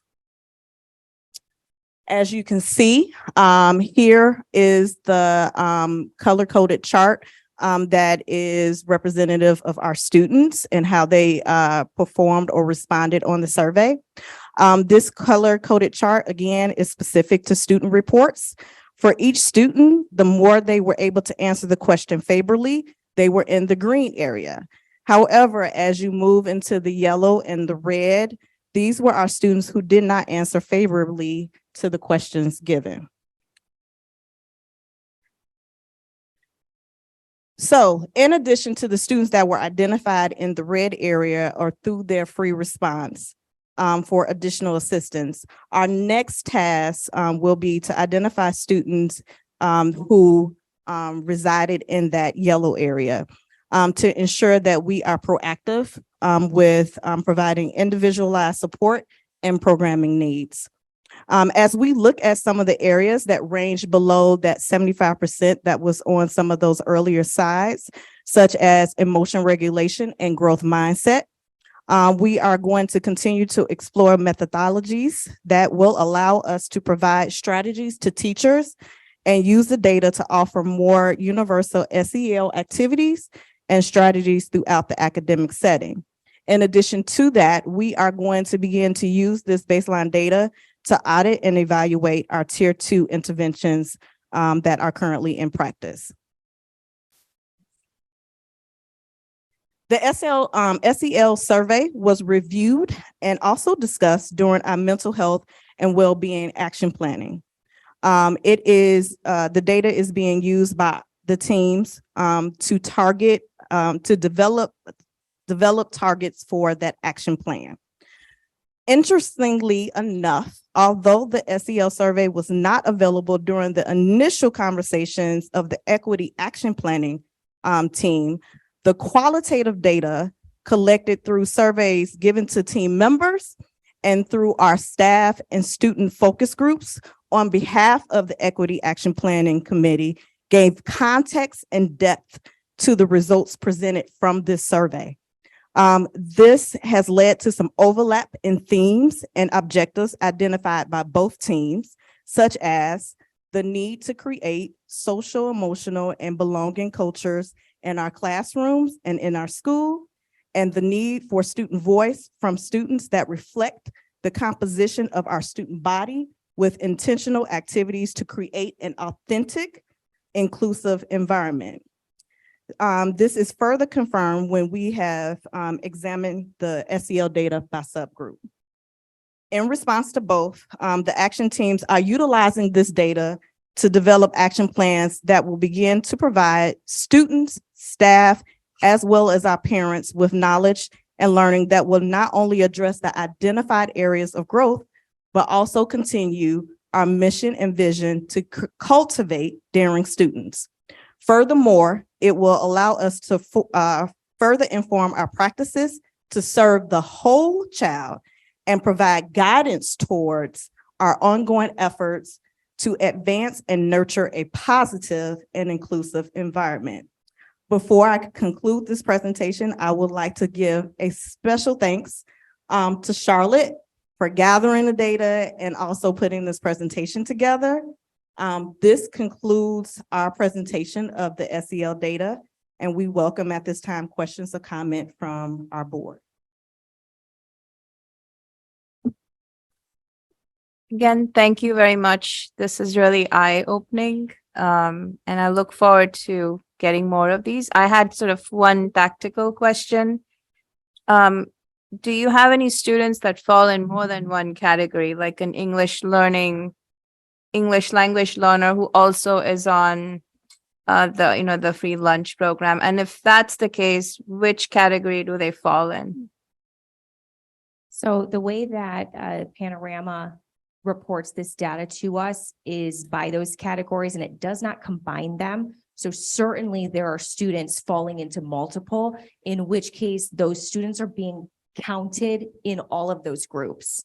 So if a student is an English learner, they're going to be counted in that group. If they're also on free and reduced price lunch, they'll be counted in that group. When we look overall, they're only counted once. Along those lines, are the subgroups self-identified? No, these are based on the information that we have in PowerSchool. So with this survey, because it is non-anonymous, we upload the students from our PowerSchool data. And so all of that demographic information that is attached to the student in PowerSchool becomes attached to their Panorama survey. I see. So some of these other surveys, because I appreciate we use this and we use some other surveys as well, the Culture and Climate Survey, as the SEL, Equity and Inclusion, Illinois Youth Survey, 5 Essential Survey. Is there a place for LGBTQ students to self-identify so that we can keep an eye on that subgroup? Because that's another group that I know that we want to pay attention to. Where are we getting that data from? So on the Illinois Youth Survey, out of all of the surveys that you mentioned, is the only survey at this time that allows students to self-identify as a LGBTQ plus. And so even with that survey, it is very limited in the data that they initially sent to us. However, we have been working with the University of Chicago to provide us with more demographic data and a more thorough report so that we can begin to look at those demographics. However, even within that report, there's not an area outside those. I believe there's like 4 or 5 questions on that survey that has that area for that cohort of students. So that concerns me. So systemically, I wonder, is there a way for a student to self-identify as LGBTQ so that we can track that data voluntarily? Ask, here's a chance for you to voluntarily identify yourself. So maybe it appears in PowerSchool if they choose. How can we be sure that we're capturing that important subgroup? Yeah, so we can begin to look into that for the surveys. One of the things that we are currently working in PowerSchool on is for those students who have identified and want to be recognized in our system. We are looking at PowerSchool to find an area or field where that can be noted in the system. However, what we will have to work with Panorama on is how to merge that field over into that survey area because it's not picked up in the demographics. Certainly. And we rely on you to figure out how to do that and how it's appropriate to do that, because obviously there's it requires a degree of sensitivity to the issues of that particular community. But I'm not trying to single out any particular subgroup. I know we have student organizations, and I know our school counselors and social workers work very hard to help students navigate some of the sexuality challenges that they might be facing in high school in terms of sexual identity or other things like that. So I don't think we have a field in PowerSchool right now where we're tracking it, but I'm very confident in our school counselors and other student services staff that they have a very robust description of those students and students who are demonstrating some additional needs. And Dr. Herman, if I'm not mistaken, I believe there's a new state law that requires us as a school to give students the opportunity to declare that information as part of the registration process. And I know that all the schools in Illinois will have to do that. So the systems in terms of how we identify that and track that information will be something we're working to develop. Yeah, so that goes back to the earlier conversation about finding. Right now, that law, we've been, it has been postponed for another year, so we have another year to work on that system, but in an effort to be proactive and to work out that systemic structure for that identification for our students in that community. That's what we are working on. Thank you. Could you clarify something for me? In the social and emotional learning category topics, there were 5 listed, and as I was reviewing the data, I just would really appreciate some clarification as to kind of the definitions of both social awareness and self-efficacy, even if you have some off the top of your head example questions that were posed. So not in the presentation, but there is a report that was also posted, and that the definitions, I believe, are in that report, as well as every single question that was asked in each topic area. So that is available to you in that report. Thank you. Do students get feedback individually on this? Once they've taken the survey, do they interface with this individually in any way? So that is part of the system that we are working on in regards to what that communication is going to look like.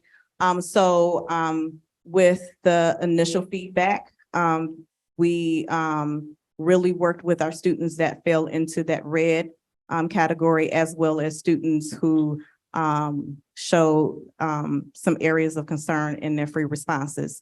So we did have conversations with them in regards to the survey, because then we also wanted to make sure that they were supported, as well as they were provided some resources. Our next thing that we are looking at is beginning to look at, of course, our students that fell in yellow, but then overall, as a team, really beginning to work on how we can communicate this information out, not only to all of our students, but then also making sure that we can get this information into the hands of our teachers, as well as strategies and instructional practices that they can implement within the classroom.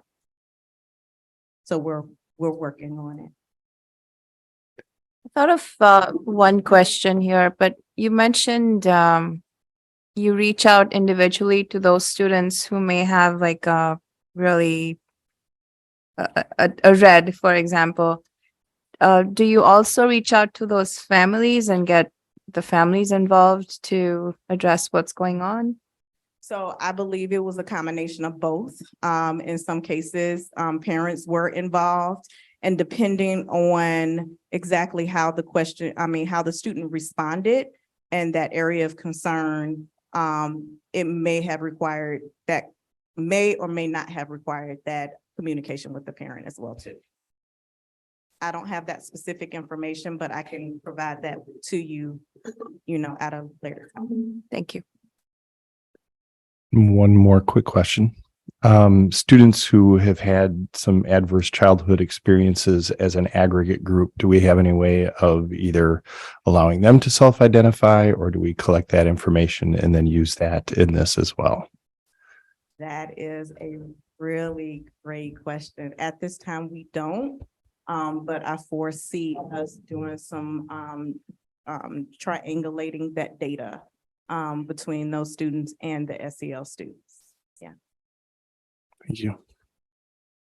That may or may not be the last comment. Any other questions or comments? I'm so sorry. I have Don't be one sorry. more because now I'm looking at that other document. Okay, so it says, responded favorably as kind of the measurement, but in some of the categories that's confusing to respond favorably. So does favorably mean different things for different questions? Does it mean affirmative? Yes. Or could you expand? Yes, that's a very good question. So the favorable responses are, I guess the easiest way to think of it is those are the responses we hope to get. So depending on the way the question is asked, so for instance, a question where we want a student to say, yes, always, or most of the time, usually those top two responses are going to be marked favorable, and that's determined by Panorama. And then if we have a question that is opposite, where we want the students hopefully to be saying never or almost never, those bottom two will be marked as the favorable ones. And just so it does depend on the question, and Panorama takes care of that for us. And so we just see that overall. So can I give you the example question kind of with the Yes. percentage? It says during the past week, how often did you feel worried? And it said 39% responded favorably. So could you, yeah. So that would be, always, I don't know what the exact choices were. They do change per question, but so it would be, and always, most of the time, some of the time, that type of thing. So, we would, so a favorable response for that one would be a almost never or Rarely, yes. yes. Okay, thank you for the So, clarification. so a 30 something would be a concern Right. area. Right. Mhm. For that particular question, yes. Yes, correct. Yes. I had to also wrap my head around that when I first delved into this Panorama data, but they do, the way it is reported is, they do that for us. And so we can take that somewhat at face value that it's showing us, favorable depending on the question. Right.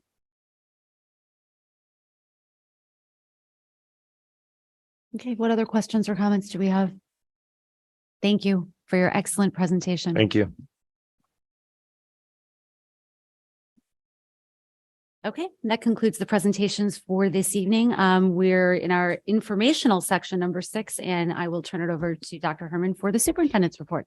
Sure. If we could pull up the presentation for strategic plan update, Bo.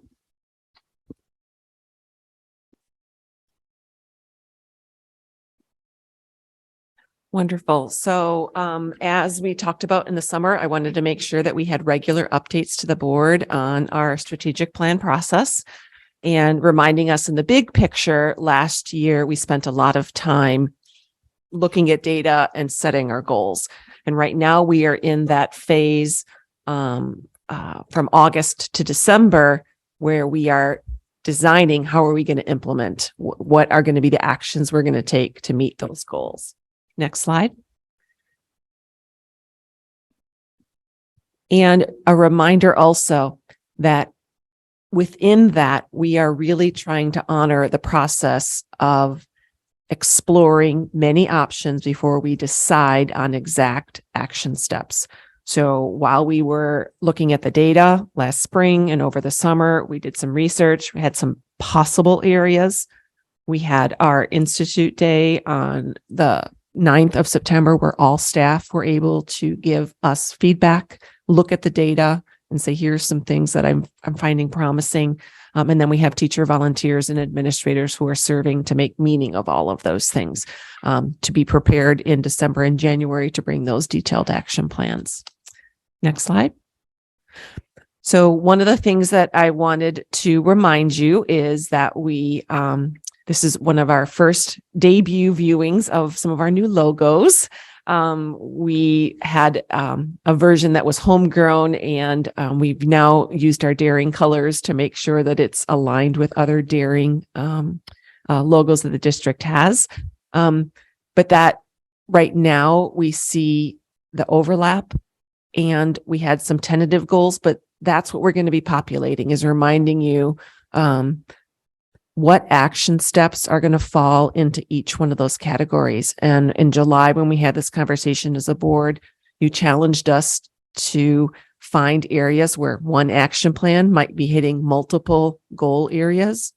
Again, really making sure that we're not overwhelming our staff or students, and that the action plans we'll be presenting to you are focused and clear. Next slide. So I wanted to give a brief update of the 3 goal areas, and Yesenia and Aman are here to speak to theirs, and then I'll speak to the one that Larry's leading. So we have exploring multiple pathways. Yes, and so in our exploring multiple pathways, which Charlotte also helps on, we've met with the folks. We have our 4th meeting this week, and we've been able to come together on 8 themes or topics. You see 7 of them listed up there. There is one that isn't listed, and that is community education, because that is something that we'll have to do with anything and everything that we do. So that will be overarching over all of them. So this coming, so we have exploration and exposure, which involves providing opportunities for students to see and understand the various pathways they can take. This might include inviting guest speakers, having career fairs, or providing mentorship to students as they are, so that they are exposed to and can explore the pathways available to them. We also have partnerships, which involves creating partnerships with community members that will allow us to offer things such as job shadowing or internships. And then we have course selection and graduation requirements, which I think will go hand in hand. And course selection looks at it involves balancing students' course selections and helping them connect their high school academic plan to their post-secondary goals. Graduation requirements involves the district looking at how we currently frame graduation requirements and how we incentivize students to take certain paths. Then we also are looking at the CRC rebrand, involves changing the focus of the CRCs. Remind everyone what the CRC is. The Career Resource Center. And they had a great presentation 2 weeks ago. But I'm not going to give you any of the secrets yet. They were open to making sure that we're shifting the focus slightly away from only college to a more pathways resource center, or that provides various resources to students that will help them learn about and choose their pathways. Following that, we have pathway plans, which involves helping students develop a post-secondary plan that can be aligned to their high school coursework in an effort to set them up for post-secondary success. And finally, we have the category we're calling Diploma Plus. And this involves opening options that will set our students up for post-secondary success, including expanding dual credit course options, certification pathways, and alternative options for students whose life situations may make the traditional pathway more difficult for them. And so each of them presented 2 weeks ago, and they have a lot of great ideas in each of the categories. So this week we will be distilling all of the great ideas and coming to some that are, we would like to do them all, but we can't. So we're going to come to a consensus on which ones we're going to tackle in each of the categories. Thank you so much. Your team is doing excellent work. Next slide.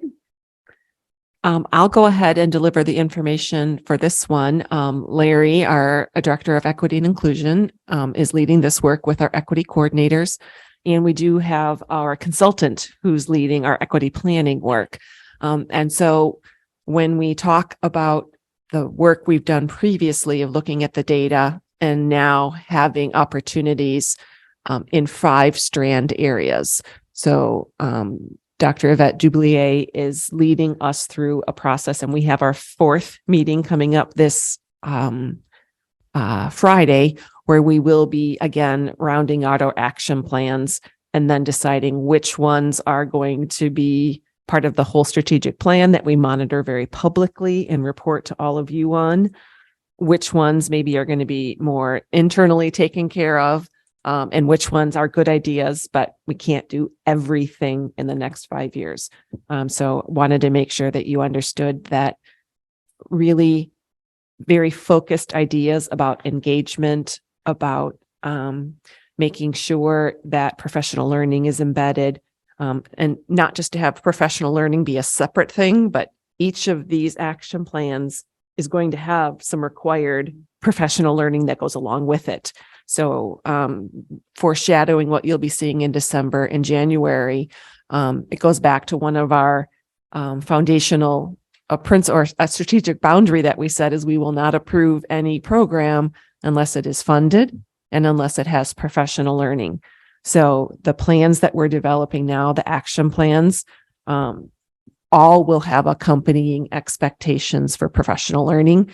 And that's why it's going to take time for each of them to be rolled out. The next slide is for Aman and health and well-being. All right, so for the health and well-being, our primary goal is to. Can you speak into the microphone? Sorry. I'm new. All right.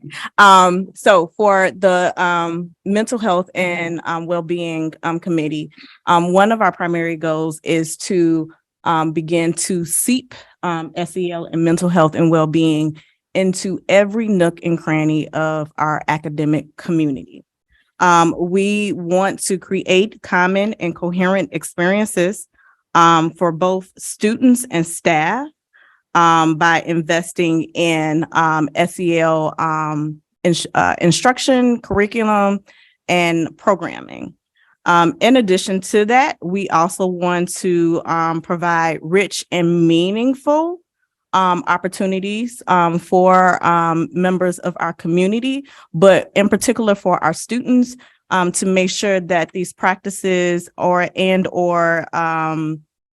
strategies are implicit so that it may start off as them knowing that it's SEL, but hopefully within the 3 or 4 years as we begin to implement the plan, that they don't even know that it's happening because it's just part of what they do inside of our and within our district. We just had our third session on last Thursday, in which we had our presentations as well too. During that time, we had 7 areas that we were actually looking at. And after the presentation of those 7 areas, we landed on 3. And these are tentative because we have not confirmed these areas. So the first area that I want to briefly talk about is comprehensive SEL programming and partnerships. And so in that area, we are really looking at our overall SEL programming. So really beginning to look at increasing our partnerships with local and surrounding agencies. But also one of the big ideas or themes is to look at mental health and first aid for all students and all staff. In the next area, we are looking at the creation and implementation of a Tier 1 curriculum and instructional practices.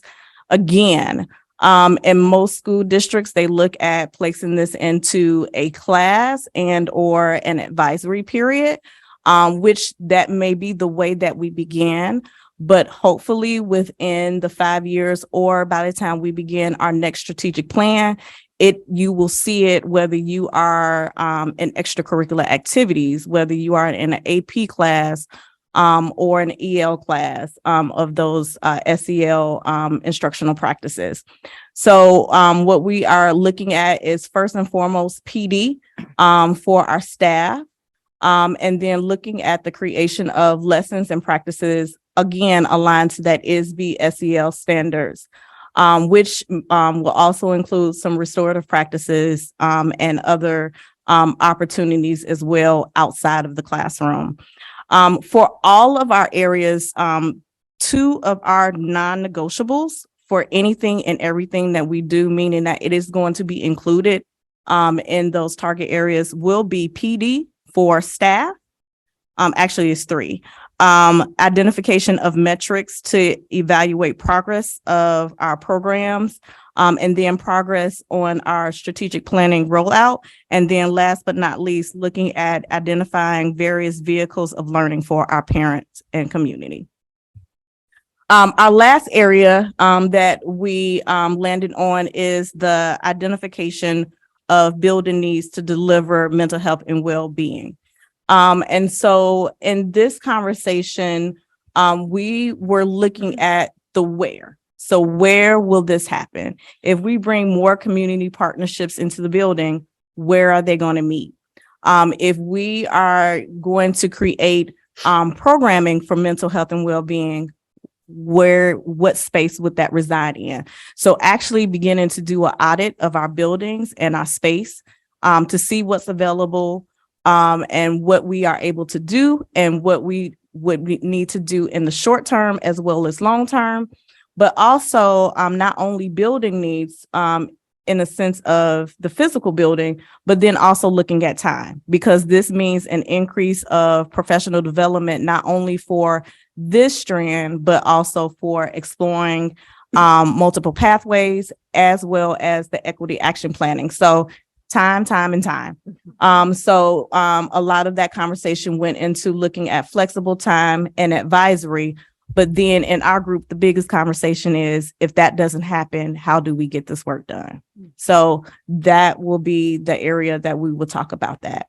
Last but not least, as I stated up there, one of the things that we also want to make sure that we do is we have student voice included in this. And so looking at ways to incorporate that beyond focus groups to have them consistent and ongoing. Thank you. So we have one other good news to share. I know I've previewed it, but Mary has been taking the lead on communicating our strategic plan and making sure that the public is aware of the good work that our community has done now, so that they know our goals, and in the spring to have all of the action plans once they're approved. So we will be having a strategic plan mailer that will be going out in about a week. So the end of October, beginning of November. And it is highlighting the work that we've done, our goals, our strategies. It's similar to what D73 published last summer. Although we decided to break it up into two things, a mailer, and then the whole plan will follow. So it's part 1 and part 2. But we're very, very proud. That's the actual front cover. Mary, do you want to add any other updates to? Oh, I guess one other thing I can think of is, in addition to this mailer, we will also be queuing parents to go to the website. So the website is being redesigned to accompany this, where our goals and our metrics and all of those things will be housed there as they're developed. So the mailer, the website, and other things to make sure that our Daring logo is aligned with our strategic plan. So very excited about that. And that concludes my update. Excellent. I'm very excited to see the mailer. Any questions for Dr. Herman? This is all very exciting to see. Yes. There's just so much work that's going on in this place. Oh my goodness. If you sit at this whole meeting and see how much is going on. Whew. Thank you all. Yeah. Well said. Okay. We're going to move on to board comments and events. Anyone have anything they'd like to share? Any learning they've done, anything they've attended? Please. Kara. On, I think, was it Monday already? I'm sorry, I didn't have this handy. Looking at my calendar. Oh, it would help if I were in the proper week. I'm not sure. Someone can tell me what day it was on. They're all getting mixed up right now, but I had the opportunity to attend Ms. ML's poetry reading. Last Thursday, yeah. Thank you. Sure. Thursday. Yeah. Honestly, felt like a week ago already. It was so lovely to hear these student voices in the poetic form. And even if students were not feeling comfortable in getting up in front of the group to perform their poem, there was someone standing by ready to read it before the audience. And I was just in awe of the bravery and the candidness and really the sheer talent of these students for sharing their family stories. They wrote poems based on a famous poet's poem that explored her own ancestral and family roots, and basically a who I am, who I came from poem. And particularly meaningful to many of these students because their families, had immigrated here, and were trying to live their version of the American dream. And so it was just so lovely to be a part of it, to be invited, to see the wonderful work our students and teachers are doing in the classroom. So thank you to Ms. ML for including us board members, and I look forward to more events like it in the future. Yeah, that's Wendy Meister Luria, just Yes. in case, the crowd is not familiar with her handle. Yes, Ms. ML. Mhm. I was also able to attend the first period session for that. And yes, it was heartwarming. It was also, I admired the courage of all these students who spoke about, their experiences. And I enjoyed the snacks that were given out by the special education students. That was very nice to see. So thank you for inviting us. Yes, thank you for including us. And I was bummed I had to work Thursday, but I'm sorry that I missed it because it sounds like it was really a special event and more to come. So anyone else have anything they'd like to share? Going on an AP Environmental Science field trip tomorrow. Oh, where are you going? Sewage treatment plant. No, is Hop, that skip, and a jump. LHS apes? LHS. Okay. And drinking water purification, but sewage is really where it's at. Fabulous. Well, you'll have to report back to us and let us know how your Can hardly wait. sewage tour. Wow, that's so great. How did you get to be included in that? Well, I taught apes, and when Jennifer Kahn was figuring out what to do with her class while I was still teaching it, I invited her to go on all of our field trips so that would give her. So she's paying me back. She's allowing me to go see sewage. Did I mention sewage? Don, that was the very first field trip I took my students on when I was a science teacher. It's outstanding. St. Charles Sewage Department. It is. There's It's so much going on. fascinating. There's Well, people need to understand infrastructure. Great. Well, we look forward to hearing about sewage. As Dr. Herman mentioned, we attended the ISB Lakes dinner. It was very interesting. Denise and I actually had a follow-up conversation because one of the presentations was about advocacy and how school districts are involved in advocating at the state level, at the local and state level, for educational topics. And it's something I think that we're curious to find out how that aligns with our strategic plan and how other districts that have engaged in a very focused way with advocacy have tied that to either their strategic plan or their mission or their goals. So we may have more to come on that topic. one other highlight. Dr. Michael Karner, the county ROE, gave a update of like a year's summary of the work that's been accomplished. And we were all just really impressed by the progress he's making moving forward, tangible, but also like the culture and climate. The superintendents, again, being new, he's the only person I've worked with. But many superintendents are really thankful for the leadership and the learning opportunities that he's bringing to administrators, teachers, and collaboration. So I think that's another really important thing at the Lakes Division meeting. We get to hear, from our peers, but also what's going on across the county. Yeah, it was fascinating to learn. I did not know what the regional district offers from a program standpoint. And it was really great to hear. I'm really impressed with what they're doing at the regional level, as well as the $1 million grant that Dr. Karner secured for work across the county. So that was a really interesting part. In addition to the award, which we may or may not have mentioned that our board received. Yeah. Okay. So we are going to forego the IASB report because Dr. Batson is not here this evening. He is our ISB delegate. However, it's important to note that at our next committee meeting, we're going to be discussing the resolutions. So please take a look at them. that will be the place for us to discuss them before the joint annual conference where he will be voting on them on our behalf. So it's important for us to take a look at those. And I believe, Carrie, you said no CEDAW report? Nothing today, no. Great. I just want to give an update, though. I think there is a board meeting later this week.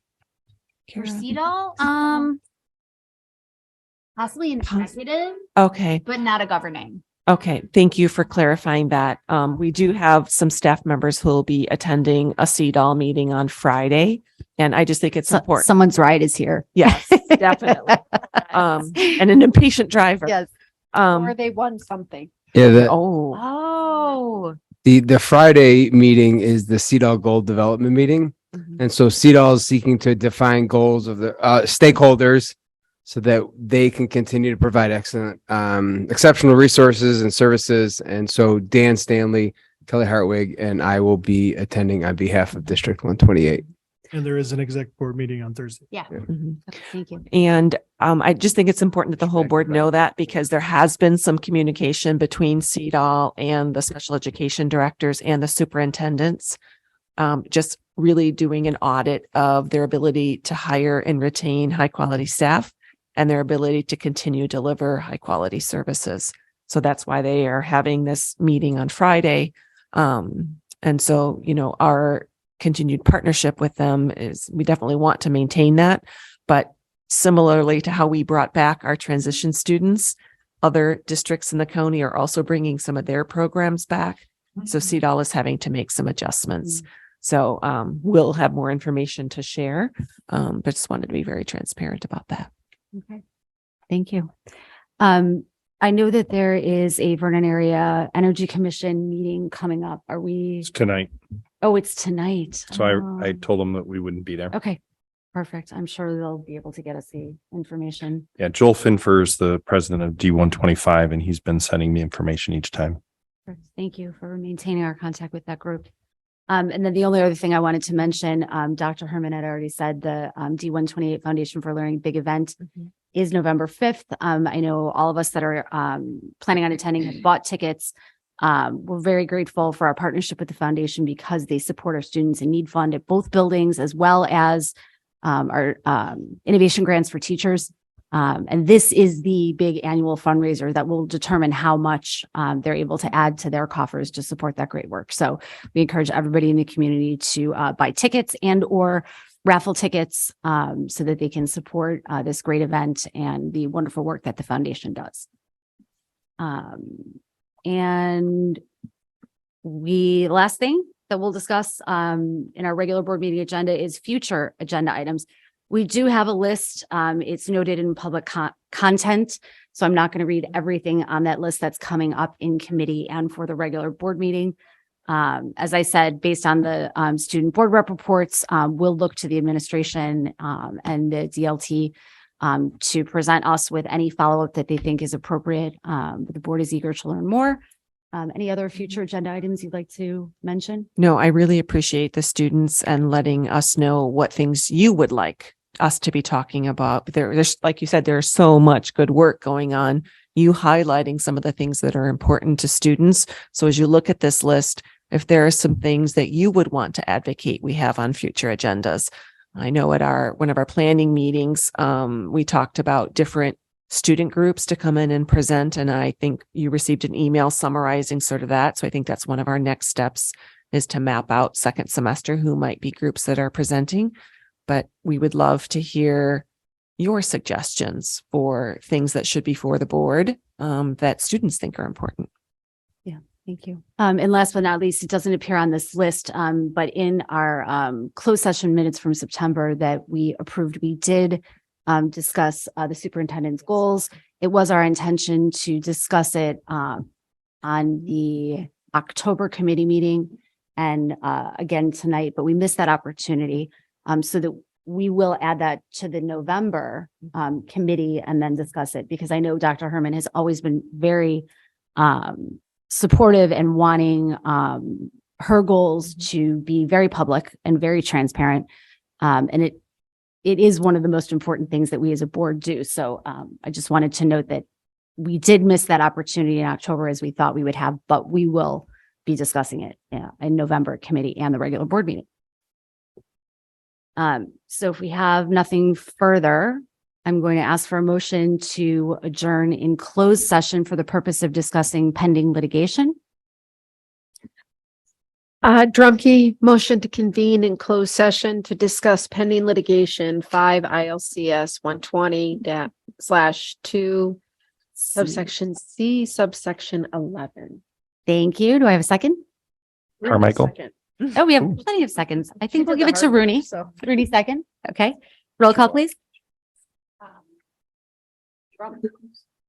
Drumkey, Aye. Hessel, Aye. Kulkarni, Aye. Rooney, Aye. Benjamin, Aye. Carmichael. Aye. Great. Motion passes. We will convene in closed session in 5 minutes at 9:37. People changing locations. May I have a motion? Sorry, Get your sneakers on and roller Let me skates. know when you're ready.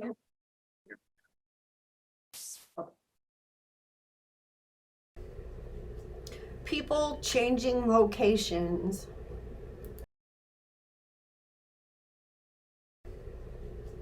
People changing locations. Carmichael moved to return to open session. It is, and can I have a second, please? Rooney, Drumkey, second. Right, we have a motion and a second to return to open session at 9:54 PM. Roll call, please.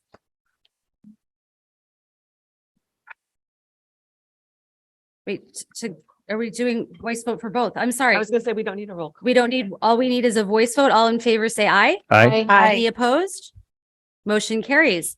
May I have a motion set and a second to adjourn the meeting? Carmichael moved to adjourn. Kulkarni second. Great. We note that at 9:55 PM. All in favor, say aye. Aye. Any Aye. opposed? Okay, we are adjourned. Thank you, everybody.